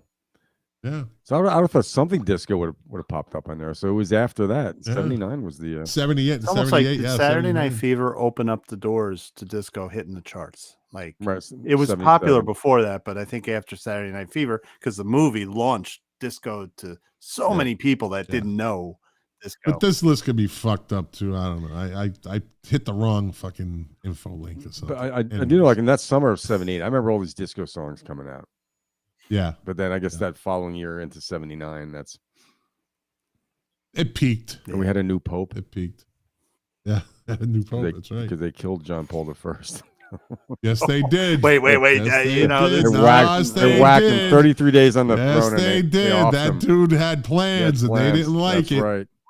Yep. That's a He that's- had plans. a movie podcast where we talked about the whole theme of the Godfather Part 3. They tied 3. in Godfather Part 3. Yeah. The Vatican. Yeah, the whole Vatican thing. That was right out of truth. What I'll tell you though, what got me out of that movie was when they were up in the building, up in the penthouse, and the helicopters started shooting. through the windows. Yeah. Like I was like, that's so. I mean, come No, on, no. You just turned it into fucking Die Hard. Yeah, exactly. Are you kidding Yeah, it me? was- Come on. Of course, man. Andy It's Garcia a doesn't. Godfather movie. Andy Garcia you know? doesn't catch a bullet, and there's the one old guy wouldn't let go of his coat. That's my coat. Yeah. And, The worst scene Yeah. in that movie when Sofia Coppola got shot and she just goes, "Dad," and then keels over. I mean, come on, that was the worst. Yeah, it's just a scene ever. horrible That fucking. was It's a bad. money grab movie. Yeah. Well, he supposedly All right, redid time- it. He re-edited it, and they said it's a lot better. I got to see it. You know. Joey Nah, Zaza is a I don't have to see it. I don't want to see it. I'm not personally going to see it. All right, time for Mark Smith's favorite part of the show, This Day in Music. Hey. It was a sad day on this day, and we'll stop backwards from the recent to past. It was a sad day for hip-hop fans. Phife Dawg from De La Soul. No, I'm sorry, Tribe Called Quest. Died from complications related to diabetes at the age of 45. Tribe Called Quest is a very influential hip hop band for people that don't know. Q-Tip was the lead singer who had a pretty good solo career on his own. This day in 2016, Dave Grohl leapt to the defense of a teenage heavy metal band from Cornwall, England, after their local council said they were too loud. The Black Leaves of Envy were told they would have to stop practicing in the family garage after noise complaints from neighbors. Foo Fighters frontman Dave Grohl penned an open letter to the authority after the band contacted him asking Cornwall Council to reconsider the restriction. He is a good guy. I don't he know. really is a good guy. Yeah, he is. He is. Yeah. And my fucking iPad just died. So What's I'm going a on? Jumper. It's just one of those nights, but I'm jumping I right think back you got a into it. spirit I in got that it all house, right I here. swear. Get some sage, will you? Let's see. But I got it all backed up here, so I'm good. I'm good. Let me see. I just got to scroll down. A lot of scrolling on the phone. Cheap ass All right, here we internet go. is working. On this day in 2009, you might not like her, but you have to give her respect for staying power and sticking it out. And I like this girl because she used to get bullied by what's her name, the Hilton sisters, Harris and her sister. They used to get bullied. She used to get bullied in the private school by them. Lady Gaga. Oh, what, really? I didn't know that. Yeah. They I think it was mostly the younger sister. The younger She's Hilton amazingly sister. talented, Lady Gaga. If you Yeah, could tour they with used to Tony sh- Bennett, you got your shit together. Yeah, she said they used to kind of shit on her. Yeah, Who's the youngest Hilton sister? What's her name? It's not. She. I thought she was actually prettier than Paris Hilton. I always thought Paris Hilton was prettier. Yeah, for sure. She's lacking in the A's department, but you know that's okay. That's okay. It's all right. You know, hey, some say she doesn't have an ass. She has a lower back with a crack in it, but that's okay. That doesn't mean. That's okay. Oh, That's all right. It's called a show. It's all right. She's got a lot of It's money, aight. so that makes it okay. That's okay. You know, and you bend her over, it's like doing a 2x4, but that's okay. It's called the shovel butt. It's okay. I can keep going. I can keep going. I have more. Should I just move I on? think I'm on my second glass here. It's a different kind of show tonight. Lady Gaga started a 3-week run at number 1 in the UK singles charts with wine. Poker Face. Good song. With Poker Face. Yeah. You know, there's a joke in there. Rod Stewart had a poker face. It cost him 10 ounces. It's like I saw this building as a sign up front. It says liquor in the front, poker in the rear.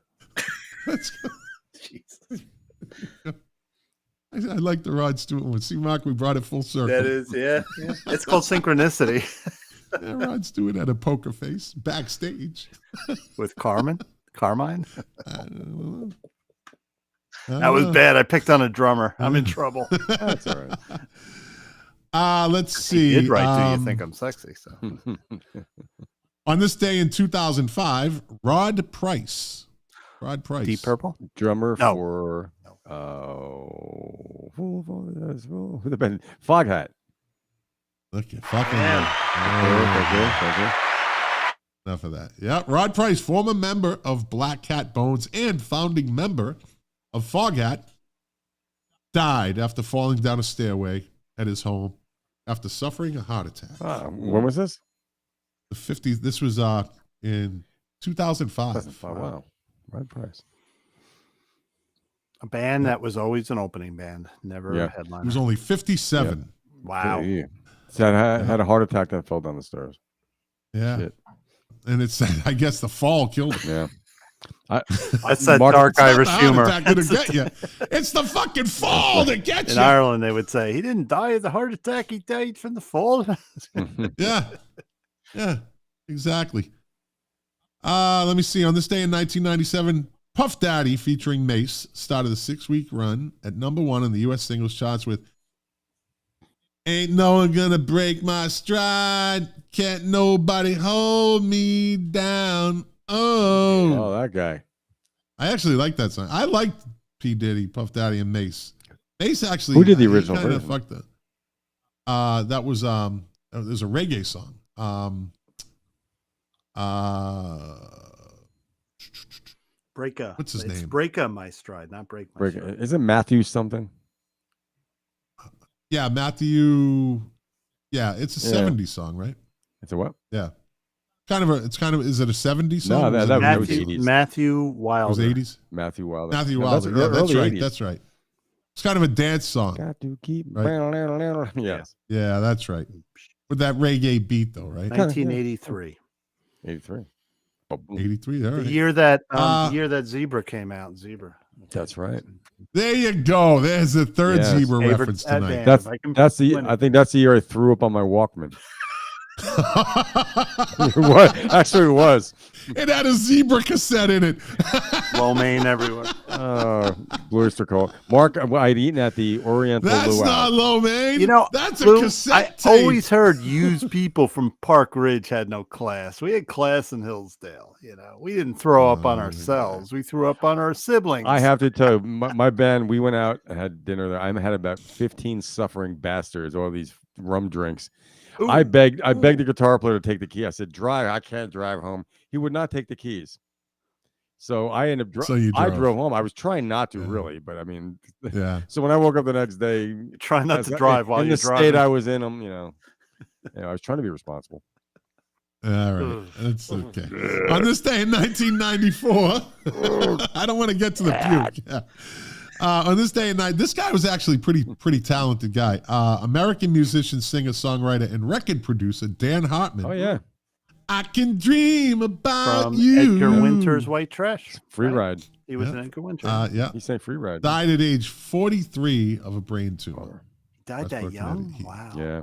Yeah. He was a member of the Edgar Winter Group and wrote the band's hit Free Ride. As a solo artist, he had the 78 number one dance hit, Instant Replay. Instant Replay. Yep. I don't know that song. Really? And wrote I'm too Relight young. My Fire. Yeah, that's a great disco song. He wrote, let me see, Relight My Fire for a UK number one. Come for on, Take baby, That, relight and my fire. Lulu.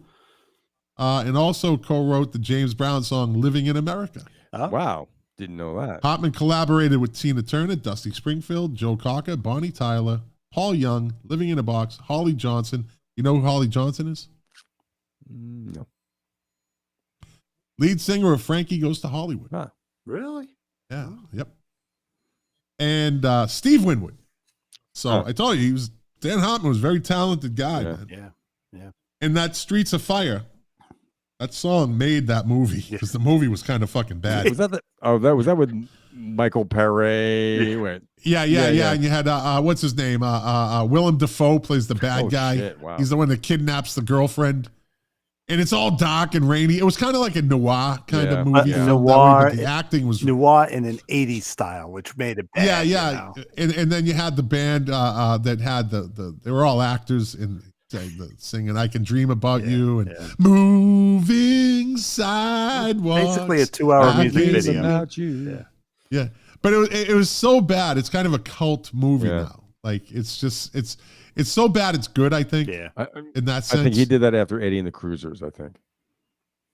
Yeah. That was Yeah. a- But he sang that song. No one knew a white guy was singing it because the movie had a black group like the Temptations type style band singing it. But "I Can Dream About You" was a big hit in the 80s. Still a good song. Yeah. Moving sidewalks. That's going to be stuck in my head now tonight. Fuckers. Okay.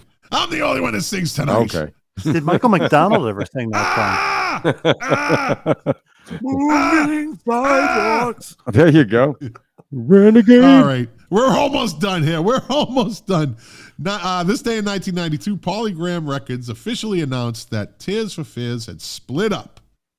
Roland Orzabal continued using the name, as he stated, because I'm the one that wanted to do that, was doing all the work. Kurt Smith basically said, he goes, I was just kind of tired of it. And then they didn't talk to each other for 9 years. Really? Wow.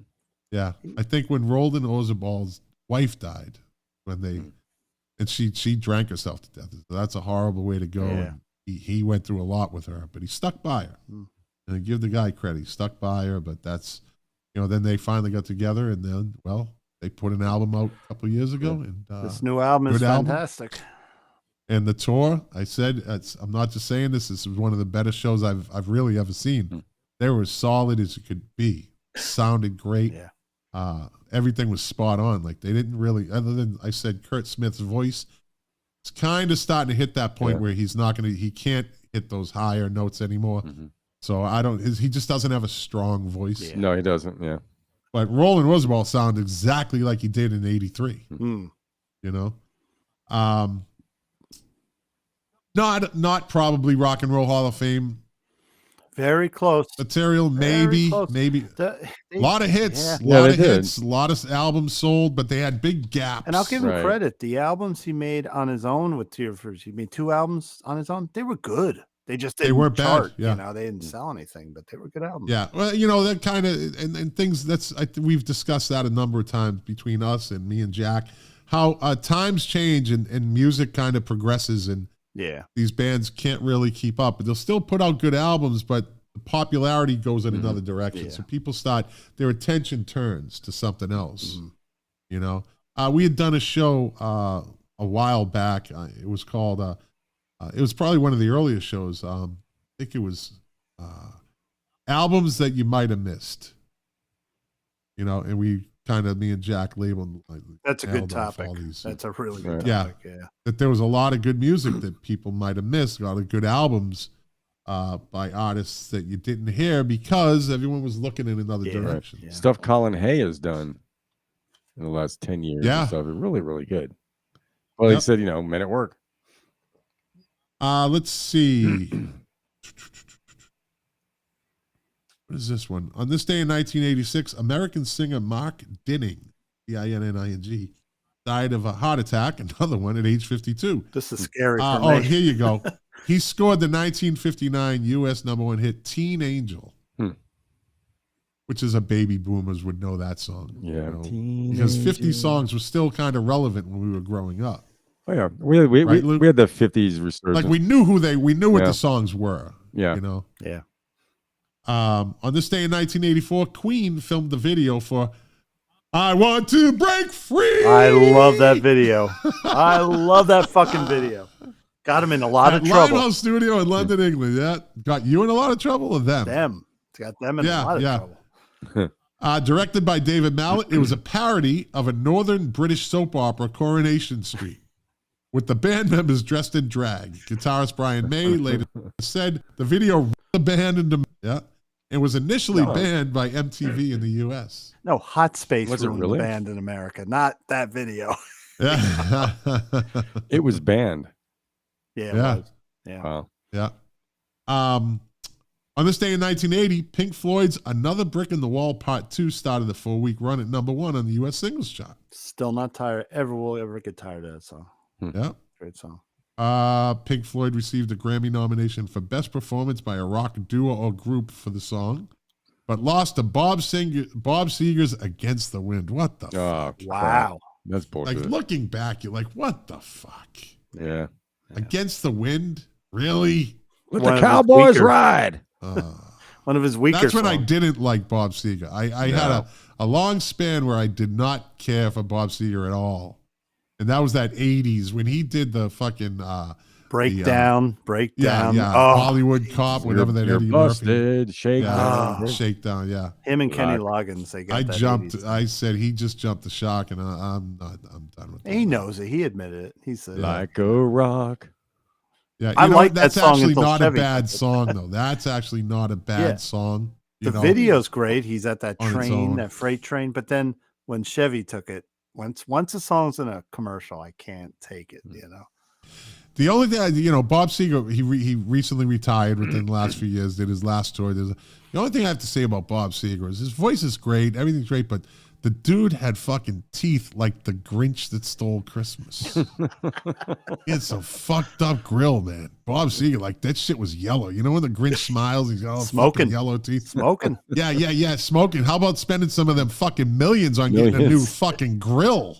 What was that album he had? Smoking OPs or something? I don't know. It was Yellow Teeth. Was it called Yellow Teeth? I don't know. So if his teeth are that English yellow, teeth. what the fuck did his breath smell like? That's the other question. Like, just think. I mean, the dude's smoking that much. Like your teeth are yellow, dude.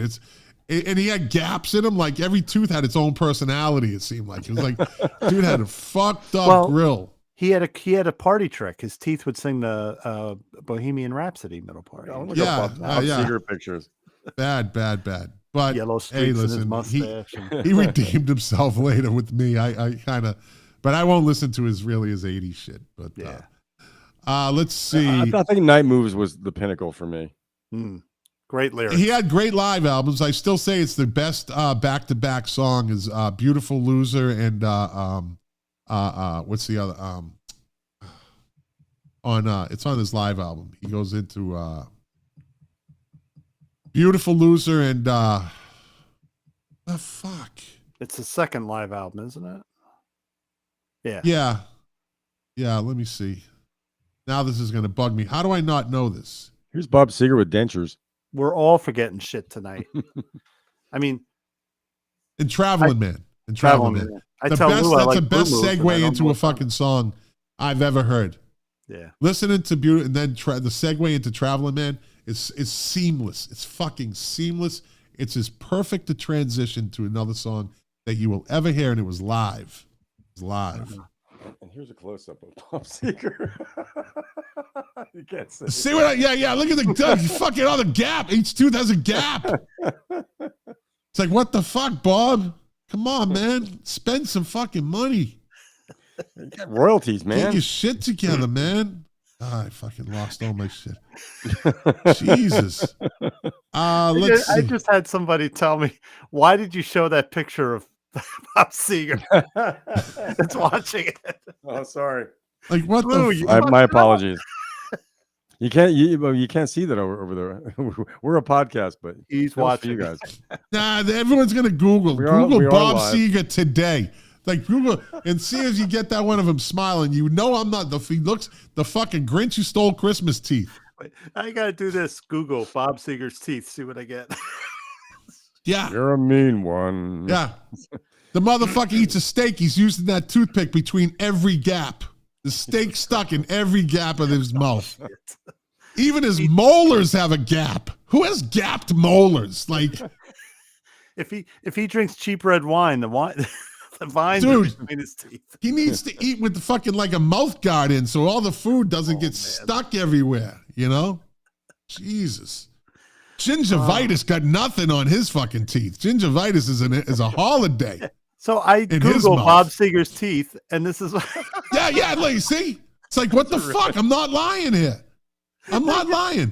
Hold on. I get this picture. You know, it's the dude's. So why would that be a thing, right? I'm not making it. I'm not the only one that noticed this. It's like, dude, you just did that to me. Now I'm never gonna be able to look at him again. Bob Seger's teeth should have their own fucking. It's a great name for a band. Bob Seger's teeth. This is called The Untold Truth of Bob Seger.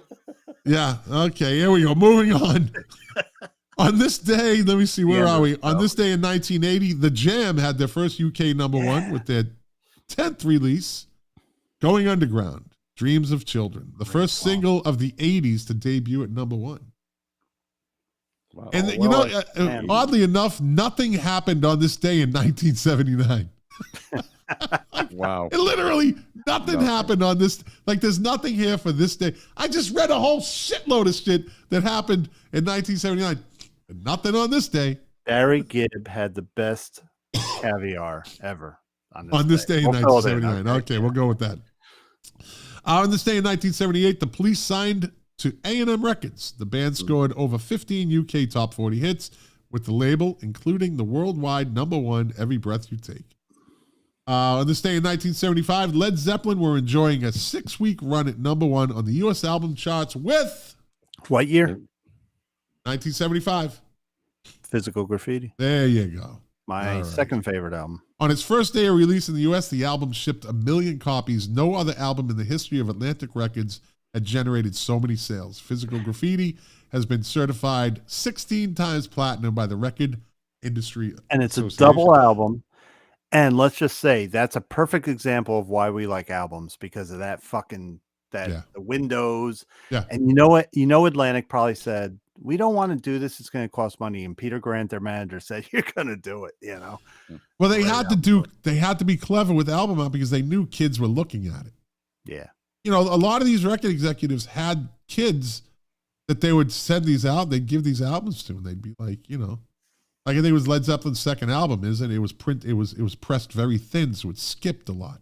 And one of the record executives had actually given his daughter a copy, and she said, "Daddy, it keeps skipping." And the kid had a great stereo system, so he went back and said, "What the fuck's the problem here? Reprint them all." So they were doing thin albums then, not just in the 80s. Well, wow. The engineer made sure that it was printed thin because they could get more sound in there. Oh, okay. I think it was the engineer. So if the grooves were too wide, then maybe it was skipping because of that. Yeah. So if I believe it's Led Zeppelin 2, if you have an original printing of that is considered a hard to find album because they stopped.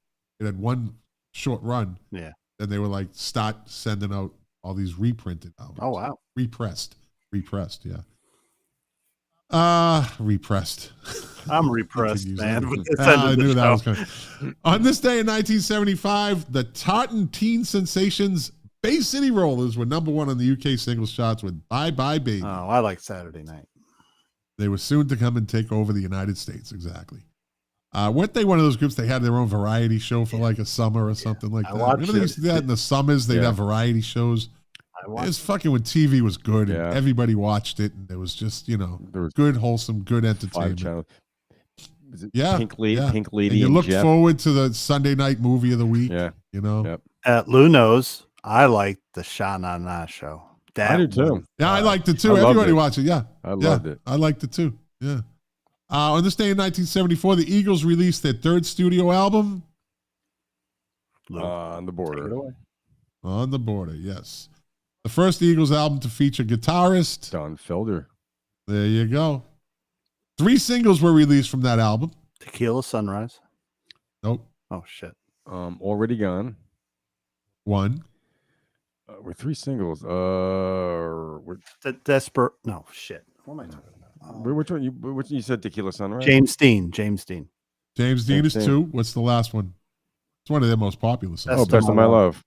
Best of My Love, yes. Group A hidden message carved into the run-out groove of some vinyl LPs read, "He who hesitates is lunch." Did you ever look at that groove, that run-off groove? I call it the dead wax. Yeah.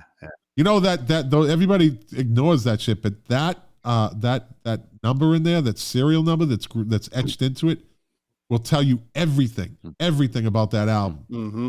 What pressing it was, where it was pressed, who produced it, everything is in that. Yeah. If you go to the app called Discogs, DISCOGS, right? Discogs, and you sign up and you get in, it's free. And you want to check like an album that you have to see what pressing it is and where it was made, and type in that number, and you'll be amazed. 90% of the people I know do not know about that info, that dead wax. And then if it depends on the record. You always noticed it. You're like, what the fuck is that? Yeah. And so if you have Atlantic Records albums, you want to know certain plants were better. If you have a Columbia Records, you want to know it's from that plant. And they also used to put messages sometimes in the middle. So I have a Motorhead, like this one. Yeah, I have a Motorhead album. His lunch. It's called What's Wordsworth, and I looked on and I bought it import, and it says "fuck you." That's all it says. Yeah. And that was probably the guy that was pressing it, just like screw it. And the on Hotel California, there's one that says VOL is 5-piece live, which was Victim of Love was recorded 5-piece live. Oh wow! So Check out the Dead Wax. Dead Wax. On this day in 19, as that's what I call it. They call it the runoff. I like the Dead Wax. That's another song for the Rage Against the Cafe. Dead Wax. Yeah, we're getting there. I'm going to write a song called Bob Seger's Teeth. I'm going to get a There lot you go. So we're already putting an album together here, gentlemen. Well, why don't you call it Bob's Grill? Because it sounds like, you're going down to Bob's Grill. Rivals. All right, on this day in 1968, Tammy Wynette recorded her version of Bobby Braddock and Curly Putman's song Divorce, Yes. which went on to top the Billboard Hot Country Singles chart in June of this year. Divorce is a woman's perspective on the impending collapse of her marriage. The lyrics begin with an old parenting trick of spelling out words mothers and fathers hope their young children would not understand. On this day in 1965, the Temptations released their second studio album, Sing Smokey. As its name implies, it is composed entirely of songs written and produced by Smokey Robinson. The man. Yeah. And several other members of the Miracles as well. More importantly, it featured one of the well-known Motown releases in its history, My Girl. Yeah. On this day in 1965, Bob Dylan released his fifth studio album, Bringing It All Back Home. That's all I'm going to say about that. On this day in 1956, I won't ignore him. I won't ignore him, but I don't have to go into details. I don't have to go into details. By the way, I know we're at the end, but it's backtracked. That Mr. James Alston, who chimed in last week, he liked your pinball machine. He saw Smokey 2 weeks ago, and he grew up with Smokey, and he said, Smokey still got it. I can't believe it at his age. One of my favorite songs of the 80s is When Smokey Sings by ABC. Yeah. Oh, yeah. Smokey Sings. It's a great song. Go listen to that. Put that on your playlist because that's a fucking good song. They really did a good job at that. And then they don't lie. The song is really it's a pretty honest. It's his take on Smokey. But on this day in 1956, while driving to New York for appearances on the Perry Como show. On the Perry Dedovich show. Yeah, that's right. What am I saying? At least you could say his name. I can't. And the Ed Sullivan show. I've known him. The car that Carl Perkins was traveling in was involved in an accident, putting Perkins in the hospital for several months. Oh. The singer received 4 broken ribs and a broken shoulder. His brother Jay was killed in the accident, unfortunately. That's before seatbelts. Before you use them. Born on this day, those are the waist, the ones that went around your waist. Yes. It didn't really rip your intestines apart. cut you in half. You're going to get a fucking hernia. Your spine broken. Stop short, you get a fucking hernia. Yeah. And those dashboards were all steel. Yeah. On this day, born on this day in 1980, Shannon Bex, singer of the American girl group Danity Kane, formed on the MTV reality show Making the Band 3. You know what they're famous for? No. They became the first female group in Billboard history to debut their first 2 albums at the top of the charts. And who the fuck is Danity Kane today? Like, who were they then? It goes to show you. It goes to show you that MTV could they were kingmakers. Yeah. Even in 1980, they were kingmakers, man. But Zebra. No, she was maybe born in 1980. They one. did it. Making the Band 3 was the 90s. Born on this day in 1963, Suzanne Sully in the band The Human League. I was working as a waitress in a cocktail bar. Good song. That much is true. Dead on, Scott. Dead on. Right. I'll add that to my one-man show. Yeah. 19th, I'm going to take requests from the Know audience. that Michael McDonald covered that song. You were working as a waitress in a cocktail bar. I see Lou taking a deep breath. When I met you. That much is true. Oh, we can't get away with it. Born on this day in 1950. We're almost done, gentlemen. We're coming up on 3 hours. Jesus Good Christ. Lord. Yeah. Born on this day in 1957. Can we play Ripple now? Eric and Grammy Award winner, singer, songwriter, and Broadway stage actress, and cute as a fucking button, Stephanie Mills. Yeah. Born on this day in 1948, Andrew Lloyd Webber. Born on this day in 1947, Pink Floyd. Patrick Olive. Who's Patrick Olive? He makes a great martini. This is coming up in 3 hours. Now you. Patrick. He was with the group Hot Chocolate. He had Oh, the song "You Sexy Thing, You Sexy Thing, You." so we had 2 shows tonight. We talked about that. We're in the full Monty, Hot Chocolates and Hot Stuff. There you go. Yeah. Born on this day in 1943, the great George Benson. Born on this day in 1943, Keith Relf. Oh, Yardbirds. There you go, from the who Yardbirds. died electrocuted at a small club, right? Yeah. He died on May 14th, 1976, when he was electrocuted in the basement of his home Basement. while playing his improperly earthed, electrically grounded guitar. Improperly grounded guitar. And if you hear the last band he had before he died, they sounded suspiciously like Led Zeppelin. Oh, that's pretty shocking. Yeah. He's like, oh. See, I'm slow again. Lou got it before me. Okay. Last but not least, born on this day in 1936, only the baby boomers will know the great Roger Whittaker. King of the road. Yeah, Roger Whittaker. And thanks right? to commercials, I hate that I was going to song. say, he was big fucking on those K-Tel records and shit like that. He was actually Kenyan and British, if you did not know. Now you know. Kenyan British. I like that name. Yeah. That won't be a song on the album. I don't like it. It's too nice. Bob Seger's teeth. Bob Seger's teeth, I think. Bob's grill. Hey, Lou, is Mark in the band? Are we letting him in the band? We need a guitar player. We do, right? Yeah. So we can get Jack. That's Jack Jack is better. A lot Jack, better. no. Jack and Mark have to audition to see who gets the part. Jack's got the guitars. I got one guitar. Jack's That's got all you need. 50 fucking guitars. Hey, that's all you need. That's all you need. Just need one. You just need to have to impress. You just have to impress me and Lou. I don't think I'm going to impress you guys. Let's see. We'll see about that. Well, there's we'll one be thing holding that me and auditions Jack in the have near in common. future. We've pissed you off playing our guitar. So, That's right. So you already both have a strike against you. Well, listen, gentlemen, we are at 2 hours and 56 minutes. I want to wrap this up before 3 hours. So once again, my friends, thank you very much for your time. Thank you for your knowledge. Thank you for your patience. Thank you for putting up with all this other fucking shit tonight. The technical difficulties in my one-man show. I respect you. I appreciate your all your input, your efforts, and your knowledge. Hey, Lou, did you hear that? Even though we were here, he called it a one-man show. I don't think we're... Yeah. No, I have my voices. I'm talking about my voices. We're residents. Yeah, my you guys are the residency. Yeah, don't worry. It could get removed too. Yeah.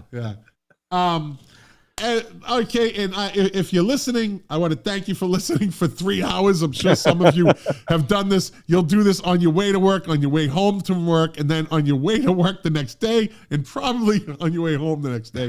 But I want to thank you for listening. What the fuck are you doing? Yeah. Thank you for watching. For the one person that's left after 3 hours, I want to thank you for sticking around.